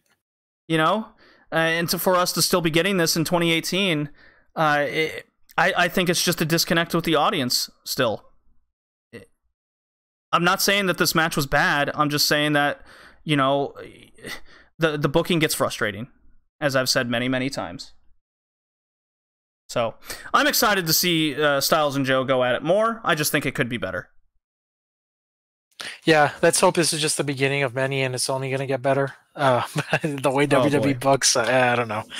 Yeah, that's what makes me worried. I have a funny feeling that they're going to overbook it to crap, and it's just going to become another Shinsuke Styles again. Yeah. But we're on the side of getting lucky, since we come out of SummerSlam, Styles Joe, more on the positive than the negative. That's for damn sure. Sure. At least from you and I's perspective. I know if you're a fan of like the New Japan and Puroso, that this just would not be your bag. So that takes us into TakeOver Brooklyn, and as expected, this episode is really long. Thank you all for sticking with us. This is I wanted to do something extremely special for episode 10, and there's been so much good wrestling and just things to talk about that I've been excited for this episode for weeks. So Rad, thank you for sticking with me. We got a couple more things to go. Yeah, we got a couple more things to go over. So NXT Brooklyn, as usual, excellent from top to bottom. Every match given the proper amount of time. No, we didn't get 4 fucking squash matches at Brooklyn. Oh god. Before we go into this, Rad, do you see a place for squash matches on pay-per-views? Or do you think that should be No, that should be reserved for TV. Yeah. Yeah. Okay. So you're in the same train of thought. Yeah. I'm so like, if you're gonna do Goldberg type shit, don't do it on pay-per-views, because then why am I watching the pay-per-view? Right. You know, it was cool when it was Lesnar Goldberg, because it's Goldberg. You don't expect anything more than a 90-second showing. Yeah. Yeah, I mean, anybody that watched WCW and Goldberg's rise during his actual streak knows that every Goldberg match was, less than 30 seconds. Yeah. He was always built to be that thing. I don't need KO getting squashed by Braun Strowman in 90 seconds. When you build up the story of KO possibly getting a briefcase, and then nothing comes out of it except KO looking like a bitch. And I guess they just get a little bit more comfortable about that these days, because we're not technically paying the traditional prices of old on pay-per-view. It's like, you know what, if we're already subscribed to the network, they really don't care anymore. Now, if I was paying, $39.99, $49.99 like we did back in the day, and got a match like that, I'd be pretty freaking pissed. Oh my god. Well, with the product today, they don't even get my $10, so. Yeah. Yeah, we use our $10 to watch old episodes of Thunder. Yeah, exactly. So, excellent from top to bottom. TakeOver Brooklyn. NXT continues to deliver time and time again. The smaller card, the less amount of time. It's not a 7-hour show. The less is more builds. Even though I will say NXT, I think, is getting a little diluted for my tastes. They're going too much into the squash matches, not really building up talent. But the talent's built themselves up on the indie scene enough. Yeah, so the drawing power is still there. There already. I think they're getting away with it. But the TV is it's getting me a little bit worried right now. But anyways, the pay-per-view still delivered. It started off with yet another tag team classic between the Undisputed Era, Roderick Strong and Kyle Air Guitar, his title O'Reilly, against Mustache Mountain, Trent Seven, and Tyler Bate. Oh my god. I think, at the end of the day, Rad, I think I like this more than Ciampa Gargano. It was a fantastic opener. Definitely glued to the screen watching this match. It was fantastic. Tag team wrestling at its finest. It really is. This is why tag team wrestling is still relevant. It's matches like this. I just spoke about the tag team match at Revolution Pro Wrestling Summer Sizzler with LK, with Aussie Open and CCK. Undisputed Era, Mustache Mountain, another classic.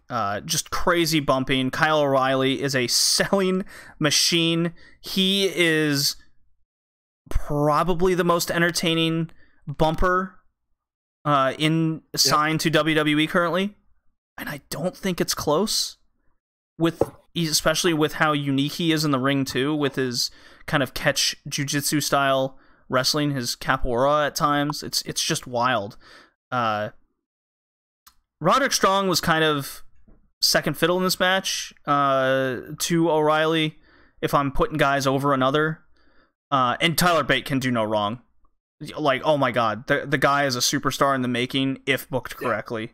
And that second part always worries me. Like, I almost hope none of these guys ever go to the main roster, but obviously that's not gonna be the case. What is your favorite part about, like, this match, this opener? The who's your favorite wrestler in the match? Like, anything worth mentioning from your ad?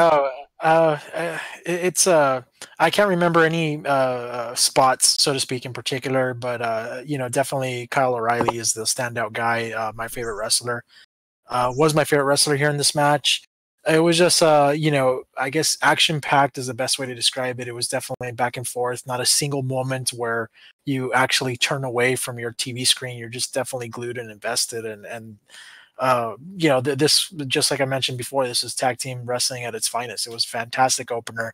I definitely liked this match, and if not for the results in some of the other matches, this for me would probably been my match of the night. But, interesting. I'm interested to hear what you think was better.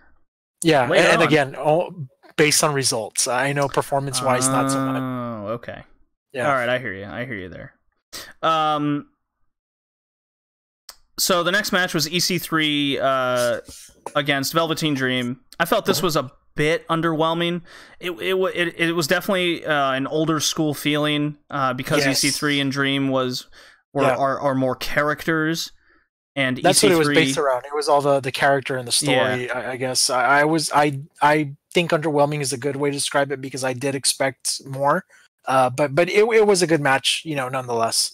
Yeah, just because it was the weakest one on the card, in my opinion, doesn't make it a bad match. I think it was still better than 11 out of the 13 matches from SummerSlam.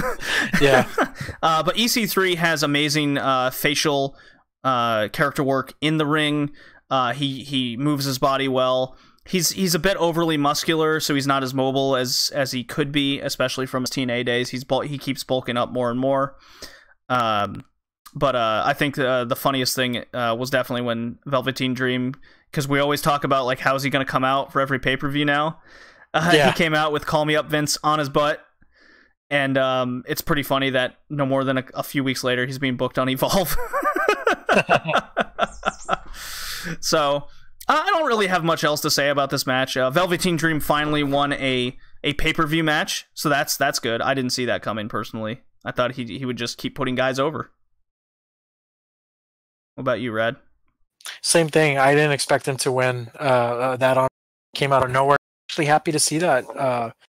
But I want to say my pick originally, I really thought EC3 was going to take it only because Velveteen Dream was somewhat on a losing streak. Okay, yeah. So the next match is Ricochet wins the North American title in a 15-minute barn-burning affair where each guy pulled out great moments through a combination of pace, moveset timing. The best example of this of why Adam Cole is so good at like reversal moments. He makes it look like he scouts his opponents, and the spot of the match was definitely when Ricochet goes for a springboard middle rope moonsault, a lion salt, you might say, and Cole reverses that into super kicking him in the face while he was upside down. Yeah, that was great. This match was utterly fantastic. It showed exactly why both of these guys were heavily sought by WWE. It's exactly why Adam Cole is a multi-time Ring of Honor champion. It's why he's so over with the crowd with just saying "Bebe." It's why Ricochet was a sensation in New Japan and anywhere he's been. Like, this was fantastic. Yeah, it really was a great performance, amazing performance from these two. Ricochet winning the title obviously was a moment for the night for anybody watching at home. I think the right man won. In this match, I'm a huge Adam Cole fan. He was obviously my pick, but Ricochet winning the title was definitely something to witness. That was a good experience. Yeah, I agree wholeheartedly. Any thoughts on what I said about Adam Cole being so good at like changing momentum and keeping pace? Because I think that's where he stands out to me as a wrestler compared to anyone else. Yeah, I totally agree, and I think that's what creates that, or I guess it maintains the energy that the crowd has invested in the match because it just continues to go back and forth. Yeah, and it makes sense. It's not just, hey, you do your spot, that indie spot fest feeling. Right. Whenever Adam Cole does something, whether it's let the guy hit him or vice versa, it always seems to make sense. As I spoke about earlier with the Walter Ishii match from RPW, same thing. And Cole is a master at that, and he proved it here with Ricochet. And then Ricochet doing his Ricochet thing, the Hurricane Rana over the top rope onto the outside from the apron, like, oh, mwah, money. Yep. I had to change my pants kind of moment. And speaking of changing my pants kind of moment, oh my god, this could... I have to still think about this and probably rewatch it. Top 10 women's match of the year from the world. Shayna Baszler, Kairi Sane for the NXT title. Oh yeah. Shayna Baszler's best match, I would say. Yep. Easily. Kairi Sane obviously got the best out of her. It showed on screen. Oh yeah. And they already have the history especially from the first Mae Young Classic, so it definitely worked. This was another feud I was definitely invested in.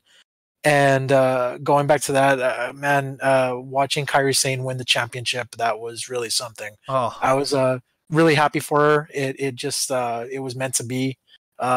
Incredible performer, awesome character. She's such a great person. Athlete. Oh, she's so lovable too. Yeah, easily so lovable. Talk about one that may not be heel, and obviously we've seen it in other worlds, so to speak, where Kairi Sane has actually played it before. It's just hard not to. For who can boo Kairi Sane? This tiny little Japanese girl that presents her new title in a treasure chest?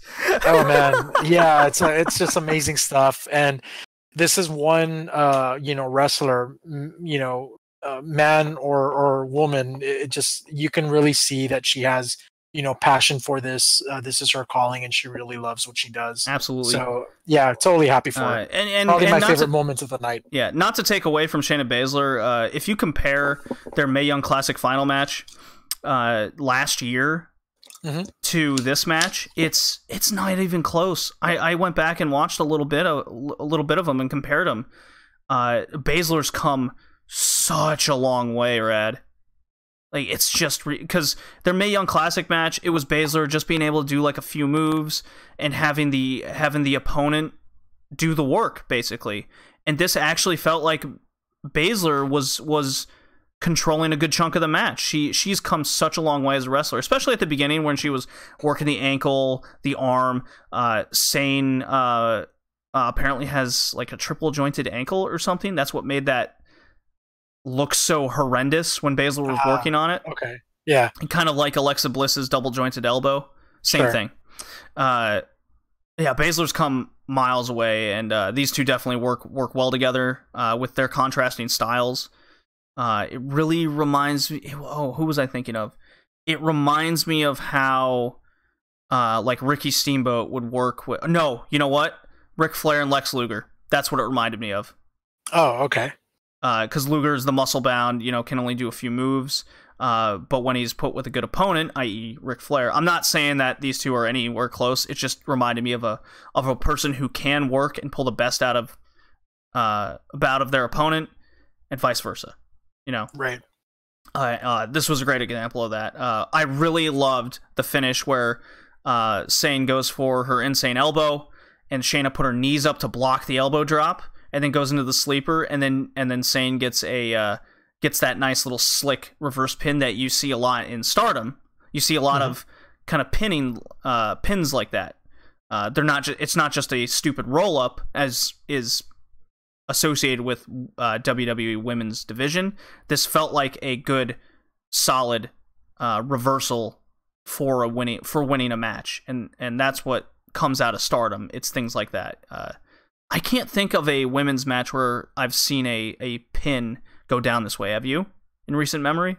No, I can't. Yeah, not that I recall. Okay, then I'm I'm gonna believe you, Rad. I'm going with that from memory.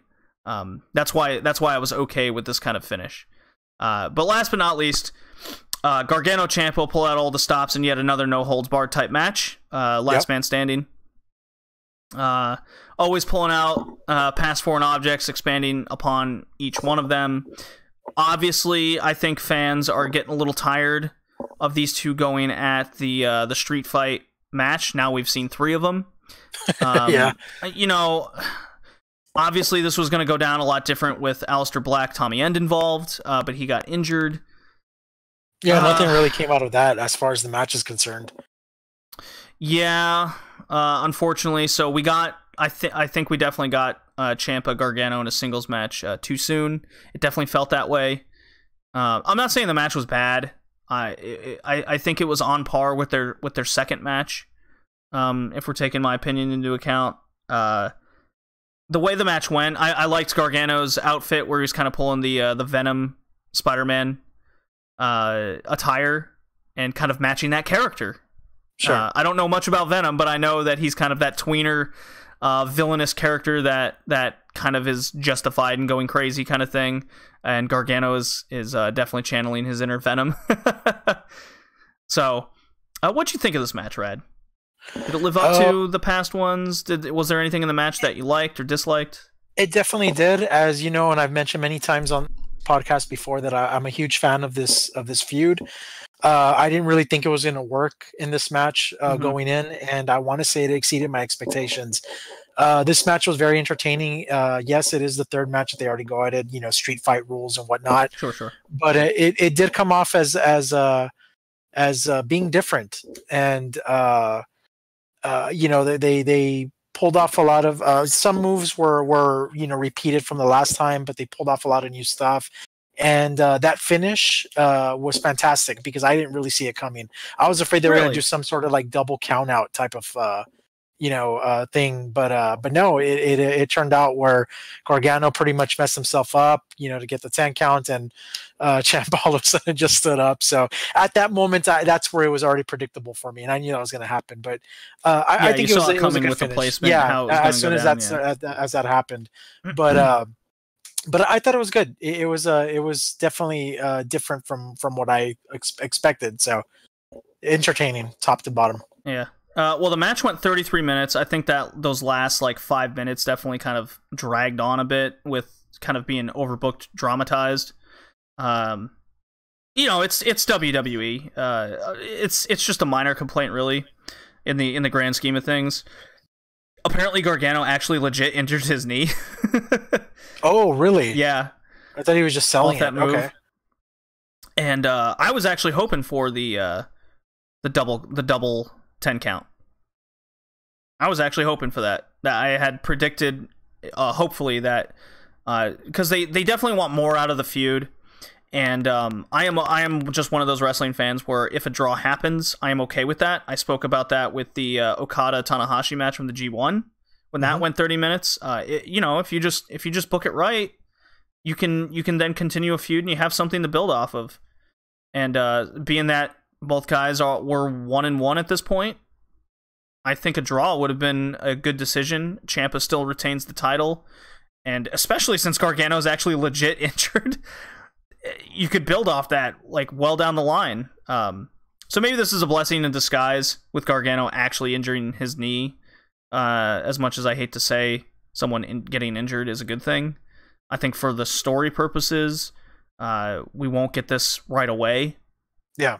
And I haven't watched NXT yet, but supposedly we know now who attacked Aleister Black in their little kayfabe world. I don't know who it is yet. Before Gargano's injury, I was saying him, so I think that's changed now because of his injury. So I guess this was revealed on last night's episode? I think so. Okay. I was avoiding Twitter like the plague last night.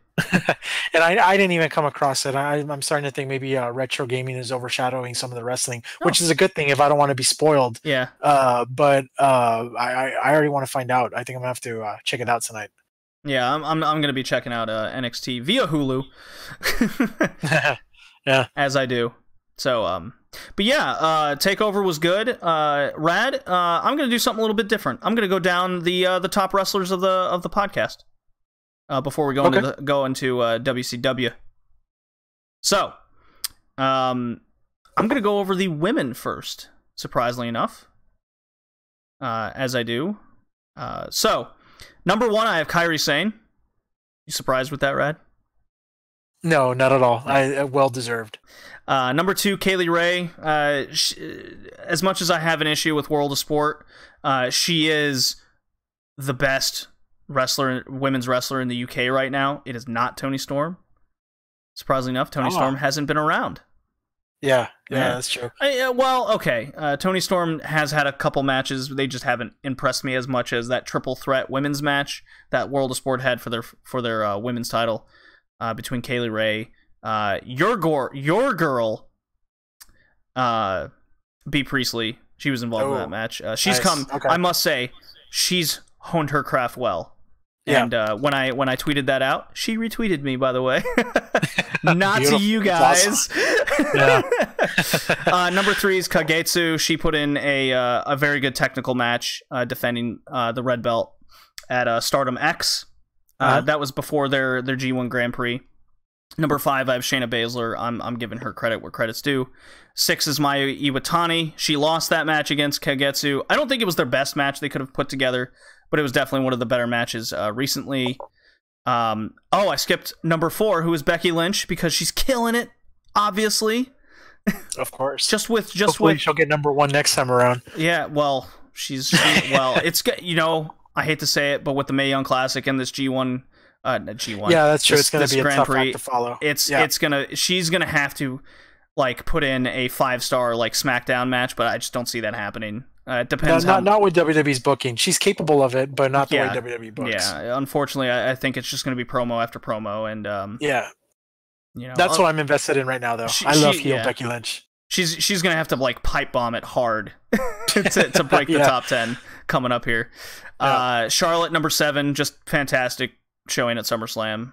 She's still a really good wrestler, despite what we think of booking character wise. Number 8, I got Alpha Female. She's getting that WXW title, and I must mention that Toni Storm suffered an injury apparently in a match against Rhea Ripley, a concussion and a serious knee injury apparently. So she's been stripped of the WXW title. That was the cause of that. Okay. Yeah. I don't know when it happened, if you know it's when it's NXT UK tournament for the title, I imagine.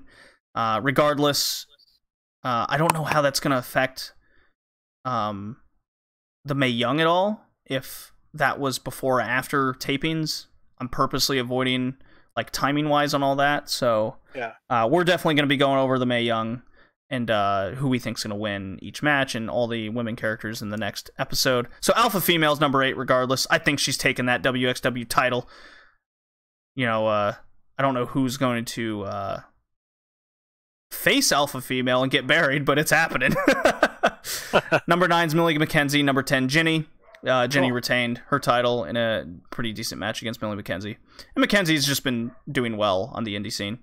Yeah, she's definitely slowly making a name for herself. These days. So that's good. Suplex Machine, the Millennium Badass, whatever you want to call her. So indie wrestlers, tier 3, 10 Soberano Jr. I really liked his match from RPW. I thought it was one of the better indie showings from him. Number 9's Phoenix, triplemania champion now, or Libra champion. 8, Sami Callihan, he's been killing it on Impact. 7, Aussie Open, the tag team from RPW. I've put that tag team on here in the past. 6, Brian Cage, excellent Lucha Underground showing, and you know, he showed up at Triplemania, that shit show. 5, Shane Strickland, new Evolve champion, and some good indie showings, be it decent one in RPW, you know, okay cruiserweight match from Triplemania. 4 is Walter, new Progress champ. The match against Ishii was stupendous, but there was some other people that overshadowed him. I didn't see it coming, especially after that Ishii match. David Starr retaining the cruiserweight title in RPW in a good match against El Phantasmo. Pentagon's been crushing it wherever he goes, and number 1 number 1 for his final tier 3 indie appearance before he's now being transferred over to WWE is Matt fucking Riddle. I knew it. I was waiting for that one. He deserves it. I don't care, but I'm putting my feelings aside, and I'm just gonna, you know, the G1 came to an end, final 4 days. I'm just gonna go through these real quick. They should be come as no surprise. 10, Goto. 9, Jay White. 8, Sonata. 7, Zack Sabre Jr. 6, Naito. 5, Okada. 4, Omega. And these last 3 should come as no surprise. 3, Ishii, the MVP of the G1, and getting the number 1 contendership for the RPW title. 2, Ibushi. He's a genius in the ring. He needs to sign that New Japan contract immediately. Number 1's Tanahashi. He won the G1. I mean, do we need to say any more than that? Plus his draw with Okada. Like, come on. Yeah. WWE, this was more tough, but not really. 10, Zach Gibson. 9, Pete Dunne. They had a good UK title match on NXT. I think it was better than a lot of what we saw at SummerSlam, honestly. including Ms. Bryan, who didn't make the cut, despite what I think of their match being pretty good. 8 AJ Styles, 7 Undisputed Era. I've now started to group them together, i.e., I still have Roderick Strong because he's still in singles matches from time to time, quite often, but Undisputed Era as a team, be it like Fish, O'Reilly, and Strong, I've taken any sort of points and combined it into a group. I probably should have done that, months ago, but they were still wrestling individually quite often. And number 6, Mustache Mountain. What I've done here is instead of having Trent Seven his own points, I'm just combining Tyler Bate as Mustache Mountain kind of deal. Fair enough. Yeah. 5 Gargano, 4 Ciampa. Kind of goes back and forth there. Nice. 3 Kairi Sane, so she gets mad points, being that she's broken into the men category here. Yeah. Fucking fantastic. So in the women's category, she's getting mad points. And 2 Ricochet, 1 Adam Cole, baby. I think Adam Cole was the standout performer from WWE in the weekend. Do you have any thoughts over any of these rankings, Rad? As always, I think we see eye to eye on these rankings. Yeah. Just, very outspoken about Becky Lynch. Hopefully that changes soon, but I do agree that being with all the women's wrestling that's coming up, it's going to be a tough act to follow. But great list. I totally agree, and Adam Cole definitely deserves the number 1 spot. There we go.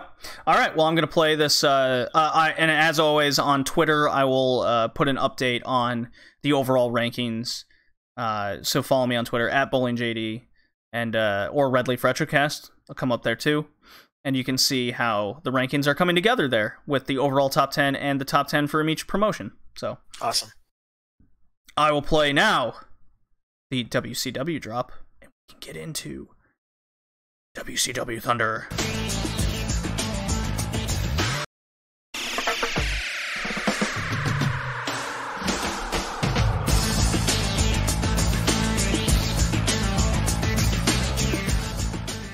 Okay.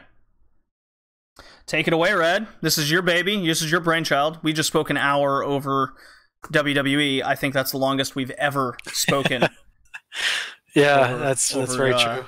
The number 1 promotion in the world, as much as we... Anyways, go on. So here we are, WCW Thunder, my favorite part of the Red Leaf Wrestlecast. This is episode 6 we'll be reviewing. Took place February 12th, 1998. So definitely days of wrestling that I miss. Seemed just like yesterday for me.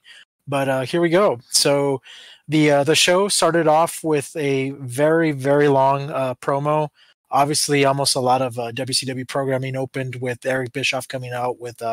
Hollywood Hogan, held the microphone for him.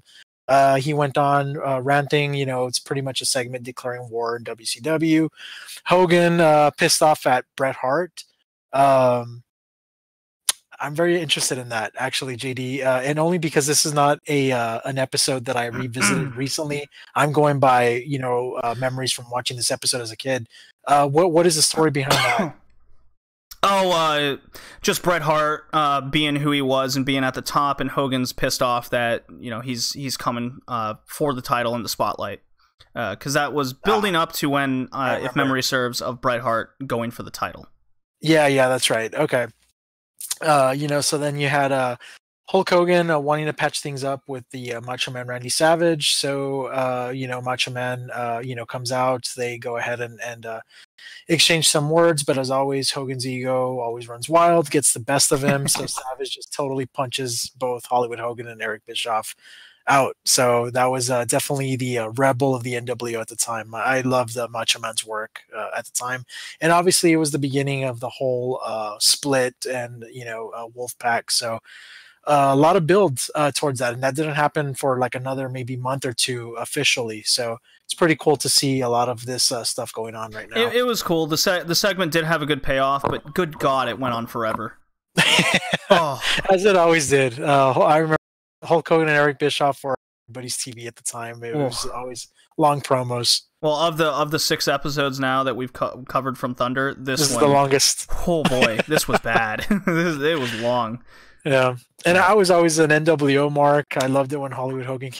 So I'm more than sure I had a big smile on my face watching this on TV. But I guess I was definitely looking at the clock. I'm like, good God, they've gone on for like 15 minutes of just nonsense. Yeah. And then Macho Man finally came out and he's like, okay. Save the day. Yeah, I was like, thank God Macho Man came out. He just goes, okay, I'll come out. And then he punches them both. I'm like, thank God. All right, move on. Yeah. So then we have the first match. Kidman still running with the Ravens flock, yep. Going up against Prince Ikea. Cruiserweight matches at the time were freaking fantastic, so obviously there was decent moves between the two. We had here, let's see, it did this weird thing where in the middle of the match it cut to backstage with Raven kind of sitting on the ground. Oh, I remember this. Yes. Okay. Yeah, I remember this stuff. You had Mortis. He's a dude with a green skull mask. Mortis' transition to Canyon. Yeah. This was the beginning of all Canyon. That. Oh boy. Yeah. Yeah, he was just spouting this weird cryptic stuff, and it eventually came out to him saying, Mortis, if you want to be a part of the flock, you got to take out DDP. And then it cuts back to Spicoli on commentary all of a sudden in the middle of the Kidman match. Oh, are you serious? I need to see that. It was really odd. This whole segment, it just got in the way of the Kidman Ikea match, because it started out with some decent moves, and then it got real weird real fast. Sure. It came into play later, but before that, it was so it ends just kind of out of nowhere, and then it goes commercial, goes back. It's Mang with Jimmy Hart against Hugh Morris again, I believe. I believe that was on last week's episode as well. Sure. Or it was a different big man against Mang. I don't know, but the point is, it was kind of the same thing again. And this group of guys were always going at it, week after week. It's like they were in their own, card or tier, so to speak. Yeah, it was an odd match, I must say. This odd big man match. Mang pulls out probably the worst top rope splash I've ever seen. It just looked like he was flailing in the air, trying to also land on his feet because he was scared to jump off from the top rope. It was bad. It was a bad move spot by Mang. Like I don't think I've ever seen a top rope splash as bad as that. Oh man, it had to be on Thunder. It had to be on Thunder. But Mang ended up winning with the Tongi Death Grip. Mang continued to be book strong. Not much else to say there. But you definitely would have something else to say about the next segment that happened. So this was okay. So continuing the Mortis. Okay, James Vandenberg. So James Mitchell, TNA, Opessa's manager, man. I was like, oh my God, is that James Mitchell? I looked up James Vandenberg. It so is. and you see, the funny thing is, with me, it was the other way around. I remember watching TNA, and I hadn't seen him in wrestling in a long time. I think that was the last year that we saw Vandenberg in WCW. Mm-hmm. So I remember seeing him, and I was like, holy shit, there he is. I haven't seen him in like almost an entire decade. Yeah. So it was kind of cool to see him in TNA. Yeah, I definitely felt that too when I was watching TNA as well. But now I had forgotten Vandenberg and had to remember James Mitchell. So it was kind of funny how it's worked both ways now over time. That's hilarious. So obviously this is continuing the storyline with Raven, giving Mortis that offer of if he wants to join the flock, that he would have to take out Diamond Dallas Page. So it was against the US champ DDP. Underwhelming performance, but DDP obviously was always over with the crowd. You can never go wrong with him, especially People's champ, with man. People's champion. So he wins with a diamond cutter, which leads Raven to come out and give a DDT to Mortis. Pretty much takes him out. And I want to say this is probably going to continue for some time, because I do remember his transition into Canyon. So fond memories watching WCW back in the 90s. Yeah, he looked like a Mortal Kombat character. For those that want to, I think that was in your head. Invasion of the Mortal Kombat characters, man. You had Mortis, you had Wrath, you had Glacier. That's right. Yeah, we'll see him eventually. I think that's coming. Yeah, bad. They should have just made that entire faction. That would have been really cool. Yeah, just go 100% on it. If you're gonna rip off Mortal Kombat, just do it. Just do it all the way. Yeah. And I remember them, not Thunder, but Nitro, just a little bit earlier, or it was sometime in late '97. They were promoting the Mortal Kombat Annihilation. Just a nice little fact there. So. Yeah. Obviously, WCW Mortal Kombat. They even aired Mortal Kombat Conquest, which was a live-action TV show in the late '90s after Monday Nitro. Yeah, so it made sense that these characters were coming. Yeah, they totally had like an unofficial, business going on. Yeah, kind of like LIJ with Tekken right now in Japan. Yeah, there you go. Yep. Yeah. I definitely want to talk about this one, if you don't mind, Red. Yeah, absolutely. Take it away. There was a video package showing a heavy match rivalry between Mondo McMichael and the British Bulldog. So I remember a couple casts ago, you were wondering why British Bulldog wasn't being like quite booked right. And I mentioned he was going through some like issues, and this was definitely probably, if memory serves, a big highlight between Bulldog in WCW. It just happened to be with Mondo McMichael, who as a kid, I didn't give two shits about Mondo McMichael ever. He was just kind of this dude with a ponytail that kind of walked around and was in an occasional match. I didn't care about him, and I didn't care about this rivalry. And I'm not saying that the video package didn't do a good job of hyping it up, because I'm definitely hyped as an adult for it. As a kid, I was not. I remember this. So it started with McMichael versus Jim Neidhart, our man, from the cast earlier. And if you stuck around this long, oh boy, I commend you. I guarantee you've it's taken you days to listen to this, but Anvil came out very hyped and swinging. Match goes for a few minutes until Bulldog comes out, full brawl, and McMichael, and they even fight through the commercial break. It goes through it. I'm hyped for the rivalry. It just kind of sucks that Neidhart kind of had to take a backseat to it. That was my feeling. Do you remember this at all, Rad? Yeah, I do, vaguely, but I do remember this on TV. Okay. Did you think this was a good rivalry for Bulldog? I think it kind of fit his character, but I think it was more towards McMichael getting over more than anything, and just kind of putting Bulldog in a program. Yeah, it was definitely to build up McMichael, and I guess they just kind of threw in British Bulldog in there. I guess it made sense in the sense that, they were both names, especially the British Bulldog, but yeah, it was just to bring up McMichael. Yeah. All right, well, moving on then. So, NWO time. Buff Bagwell comes out with Vincent, and he is in a match against the gentleman, Chris Adams. Obviously, is a veteran British wrestler, spent some time in World Class. If you watched that in the 80s, mm-hmm. That was the promotion based out of Texas, owned by the Von Erichs. So a lot of good stuff. Chris Adams, definitely a veteran. As far as I remember him, on TV, as a character, he was, I guess, good. What would you say? Pretty bland? Yeah, even now, like looking back, I remember Chris Adams. I thought I thought he was kind of a poor man British Bulldog. I thought he was better in the ring. Yeah. But as a character, he just did nothing for me, while Bulldog had the character. So and at the time, wasn't Chris Adams kind of like in a little faction with Lord Steven Regal? They kind of had like some sort of like loyalty thing going on. Yeah, that ended up happening because Regal was the character and the wrestler, so it made up for a lot of Chris Adams' kind of bland personality that he had. Right. Adams just never really jumped off the screen. I'm from a technical standpoint, he definitely reminded me a lot of kind of a Ric Flair, Bret Hart, skill-wise.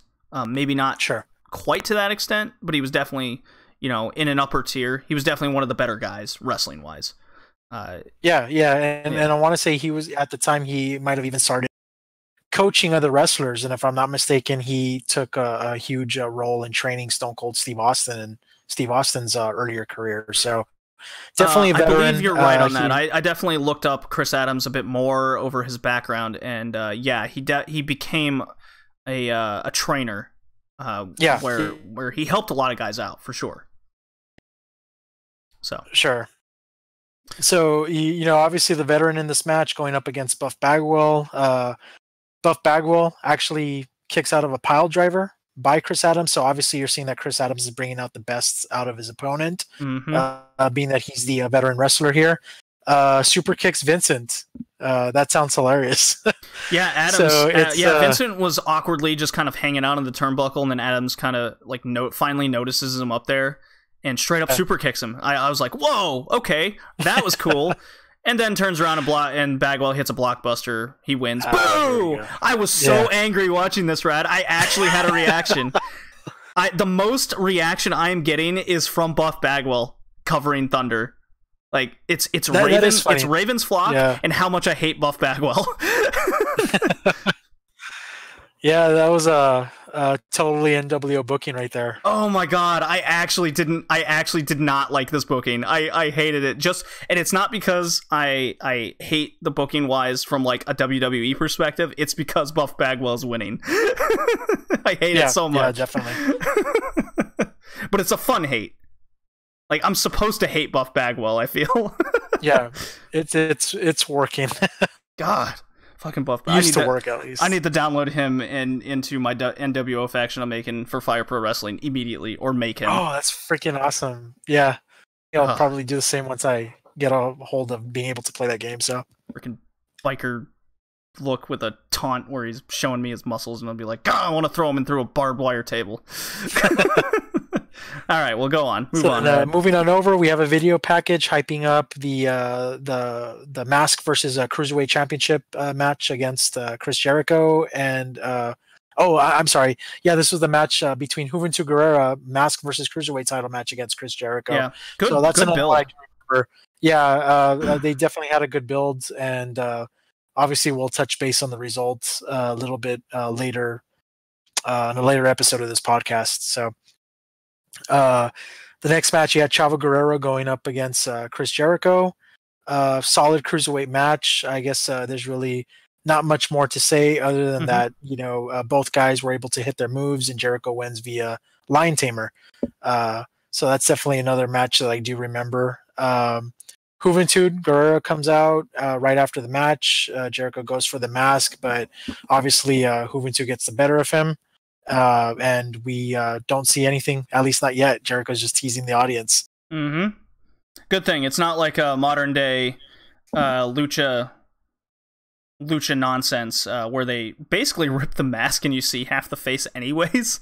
It's already spoiled. It's not like the way it was back then. Yeah. I literally was not expecting Juventud Guerrero to look like that, nor did I expect Rey Mysterio. Which obviously the following year had a very similar match against the NWO and, lost. So he lost the mask. It was just different back then. Now you're kind of like get spoiled a little bit. So it's just not the same effect. Yeah. So, let's see. What was after that? Sick Boy against the British Bulldog. So British Bulldog gets double time on this as Bischoff hits commentary. Yeah. Pretty straightforward though. British Bulldog gets the win, power slam, and then McMichael against Prince down post match to continue their brawl, and that's why I was kind of like getting into this because they did this multiple times of the night. I think it made for good TV. I actually was this was the moment where I started like really getting into it. I was like, okay, now I feel like this is a thing that I should care about. Something I wish we could see more of on TV nowadays. I think we're getting that with we definitely got that with the Pentagon Sami Callihan from Impact. Yeah. So what came next, Red? So then Chris Benoit comes out to the ring, but is attacked by Raven, continuing their rivalry that has been building up for the last couple of weeks. Mm-hmm. Benoit and Raven go at it until Benoit German suplexes Raven to death. I love how it says how you put that there in the agenda here. So that's awesome. Yeah, he took Raven to Suplex City. Before that was a thing.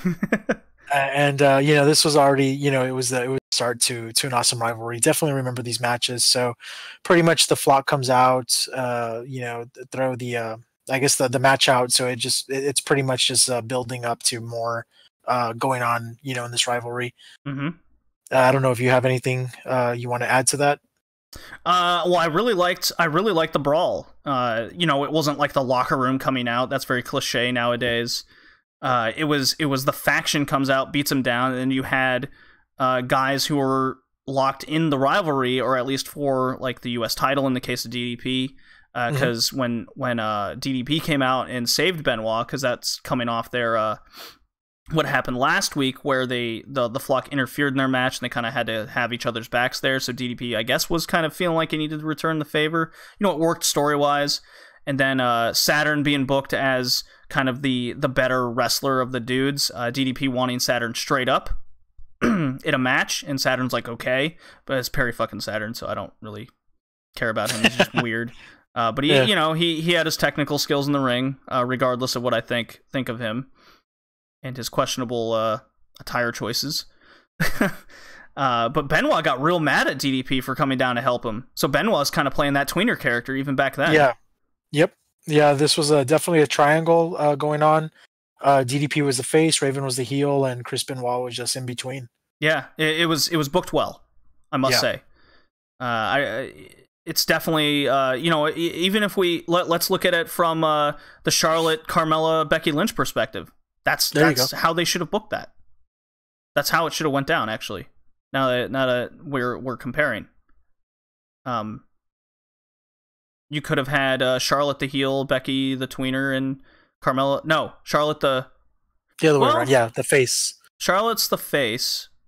Becky the tweener, and Carmella the heel, but because Carmella, I guess, isn't important enough, or at least didn't feel that way with how the story went. I don't know. Yeah, this is more about Charlotte and Becky, if anything. and granted, I think that was the better decision. Yeah, it's definitely. I'm gonna have to think about this comparison a lot, because I definitely see a lot of it and how it's very similar. Yeah, very similar. Yeah, but the difference being is we see DDP as the face, and we see Benoit as the hard-hitting guy, while in the case of Becky Lynch and Charlotte, we don't see Becky as the face. We see we don't see Charlotte as the face. We see Becky as the face. Yeah. I think that's where it gets a little confusing in the booking, and that's where WWE kind of dropped the ball. I wonder if I got that right. I'm going to have to think about that a little bit. Yeah, that's a good comparison. Very good comparison. Yeah. So what happened next?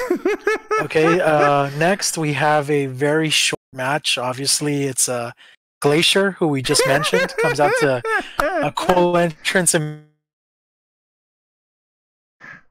music going up against Goldberg. So there's really not, that was a very short match. Oh god, yeah, it was. There you have it. Yeah. Yep. And then here we go. Yeah. Poor so here we go. We have the main event. Nature Boy Ric Flair going up against the total package Lex Luger. I like here on the agenda how you refer to him as the blonde Roman Reigns. The blonde Roman Reigns has arrived. Yeah, it is definitely not the NWA Ric Flair versus Lex Luger US title type stuff from the 80s. This was blonde Roman Reigns booking. Oh my god. Lex Express indeed. Actually, I did like I liked Lex Luger at the time.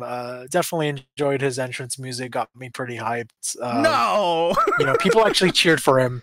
Well, I don't know if, to compare him to Roman Reigns, but a blonde Roman Reigns, I guess, is accurate. Well, from how I see the matches going down, yeah, and what Luger brought to the ring, it reminds me of Roman Reigns, like to the T. That's why. That's why I put it. The 5, Sig moves, and he's out. Yeah, I do my clotheslines, I do my Superman punch. I'm good. I got my steel plate, my forearm. Yeah.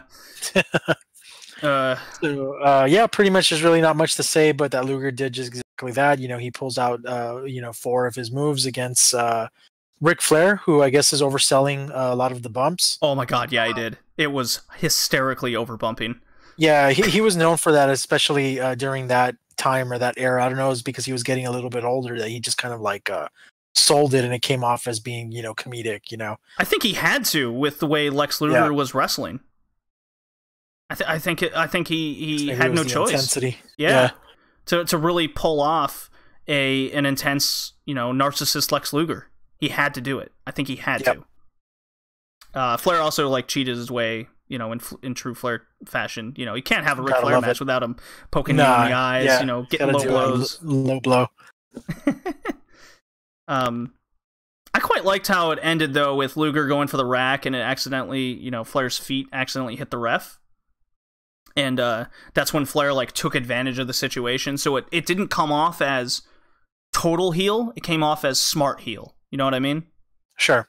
Yeah, I think that's what separates Flair from like a chicken shit heel. Because it always came off... Flair always came off as... He's trying to win. Intelligent and trying to win over than just trying to run away type deal. But of course, in true WCW, late 90s fashion, NWO, you can't end the main event clean or even like ending at all. They always have to come out, even if they're not part of the match. God. That's obviously where the overbooking like got ridiculous over time with the NWO. How did this all end, Rad?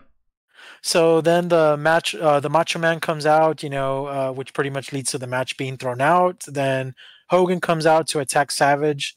So it obviously they start to hype a tag match for next week's Monday Nitro. Yeah, Nitro's the A show. You always gotta end it. I'm waiting for that moment where we focus on the B show because we're still having the heavy players come in. For now. Yeah. For now. So better than the last show. I did like this Thunder much more than the last show, and that was the one I had went to personally. Right. Although DDP with Benoit's hype for, of course, it ends in total chaos as WCW must do, and same thing with the WWE and F all the time. You can never end a TV show clean. Essentially, it's always got to be chaotic. But I guess that's TV at the end of the day, and you're supposed to save endings for pay-per-views. And that's where WCW, as we saw with Sold Out, it didn't really bring it. And we saw a lot of the screwy finishes at SummerSlam with DQ finishes, lots of roll-ups. The list kind of went on there. So, enjoyable though. Enjoyable Thunder. I will say no. Regardless. So yeah, that pretty much takes it away. Unless Rad, you got some final thoughts over this long podcast episode. Very long podcast episode. Great way to do the introduction to the digits. So episode 10. Happy to be a part of it. Here we are 10 episodes later. So my thoughts on it is I just figured let's end it by saying, this is probably the best podcast episode up to date. Oh, yes. Thank you, Tony Schiavone. There you go. Well, this has been Red Leaf Retrocast, Wrestlecast episode 10, covering Neidhart, WCW Thunder episode 6, and all the wrestling from around the world in between. The G1 was fantastic this year. Summer Sizzler was one of my favorite pay-per-views of 2018, despite not every match being 5 stars. It was just an enjoyable pay-per-view. Look for next episode 11, to be all about the upcoming Mae Young Classic. We're going to do not so much bracketology, but in a way, we're going to do that with how we think the wrestlers are going to pan out, what matches we're looking forward to. The Stardom 5-star Grand Prix will about be halfway over to an extent. So we'll be covering the wrestlers there, because that also covers basically all the indie wrestlers that didn't show up to the Mae Young. So we're getting kind of the worldwide who's the best of the best right now, in a way. Freaking A. And then there will be a wrestling rankings update on that, but coverage for the Wide World of Wrestling will be on episode 12, which will cover All In, the big Noah pay-per-view where it's Hideo Itami facing off against Marufuji and Noah for the 20th year anniversary for Marufuji. WXW will have their fan appreciation 2-day pay-per-view. event featuring a lot of good matches there, such as Zack Sabre Jr. going for the title in WXW. That's just one example. And many more. So I look forward to covering Impact and what they did specifically tonight. That'll be in episode 12. But again, wrestler rankings will be updated on a per episode basis. So it might sound a little funky, sounding off wrestlers when we didn't cover them on the cast like we usually do. But I just want to keep it up to date for that. And thank you for sticking with us for a super long one. We hit double digits.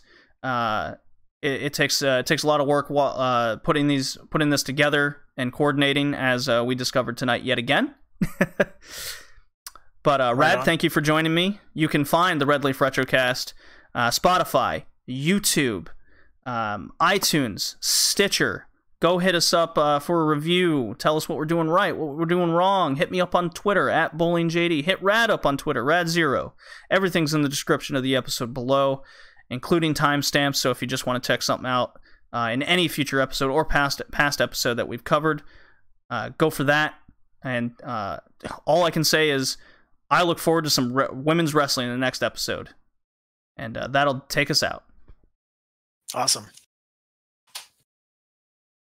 Alrighty. Beautiful. Beautiful, beautiful. So even though you were only with me, Rad, for a couple hours, that episode might be 4 hours long. Wow. Yeah. The longest in history. Let's see. It was an hour 15. So, of Summer Sizzler. So that's 319. Let's see, 320. 335. Yeah, that's over 4 hours. That could be the longest Red Leaf Retrocast episode of all time. Wow, that's so it's like 2 episodes in one, basically. Yeah. Which is okay. I mean, it's a podcast at the end of the day. You can throw together 4-hour episodes. It's fine. That's what it's all about, man. Radio show, and it is wrestling, and there's a lot of wrestling going on right now. Oh yeah, that's why I want to. I mean, if you're up for it, I would love to knock out the women's episode Monday. Okay. And then later in the week, if you have time, you're not obligated. I do want to save Super Brawl with you.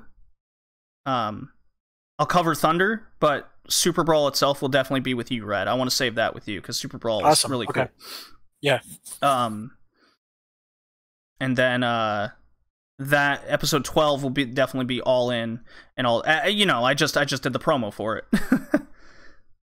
So, just let me know your schedule. I'll get Jay involved because Jay specifically asked to cover all in with me, and he's helped me out with other podcasts. Saving my ass when the past one with you and Travis kind of sure. Yeah, he seems like a good dude and knows his craft. So he just followed me back right now on Twitter. Oh, cool. Yeah. Yeah, I absolutely love doing this, doing these podcasts. It's basically what I live for these days. Yeah, awesome, dude. I'm actually happy to be a part of it. It gives me something to do in between because obviously life gets in the way, and I have like these gaps where I go like without like a month without like uploading like content to my YouTube channel. So obviously like I kind of bookmark this and add it to like my subfolder there on my channel. So it's just it gives me something to do as well in between. Oh, so fun. That's usually when people say like, oh yeah, you haven't uploaded a video, like in a month or two or whatever. Oh yeah, well when I'm not active on that, I'm doing podcasts on the Red Leaf Wrestlecast. So definitely check it out. Oh cool, man. I'm glad that ends up helping you out too. Yeah, definitely. So awesome. But like I said, if you wanna start watching any WXW, I'm more than happy to send you my my login information. Okay, cool. I'll definitely let you know. Yeah, gotta catch up on some stuff anyway with WXW. The fan appreciation pay-per-view's coming up. That's gonna be super cool. I'm sad Tony Storm got injured. Yeah, that sucks, man.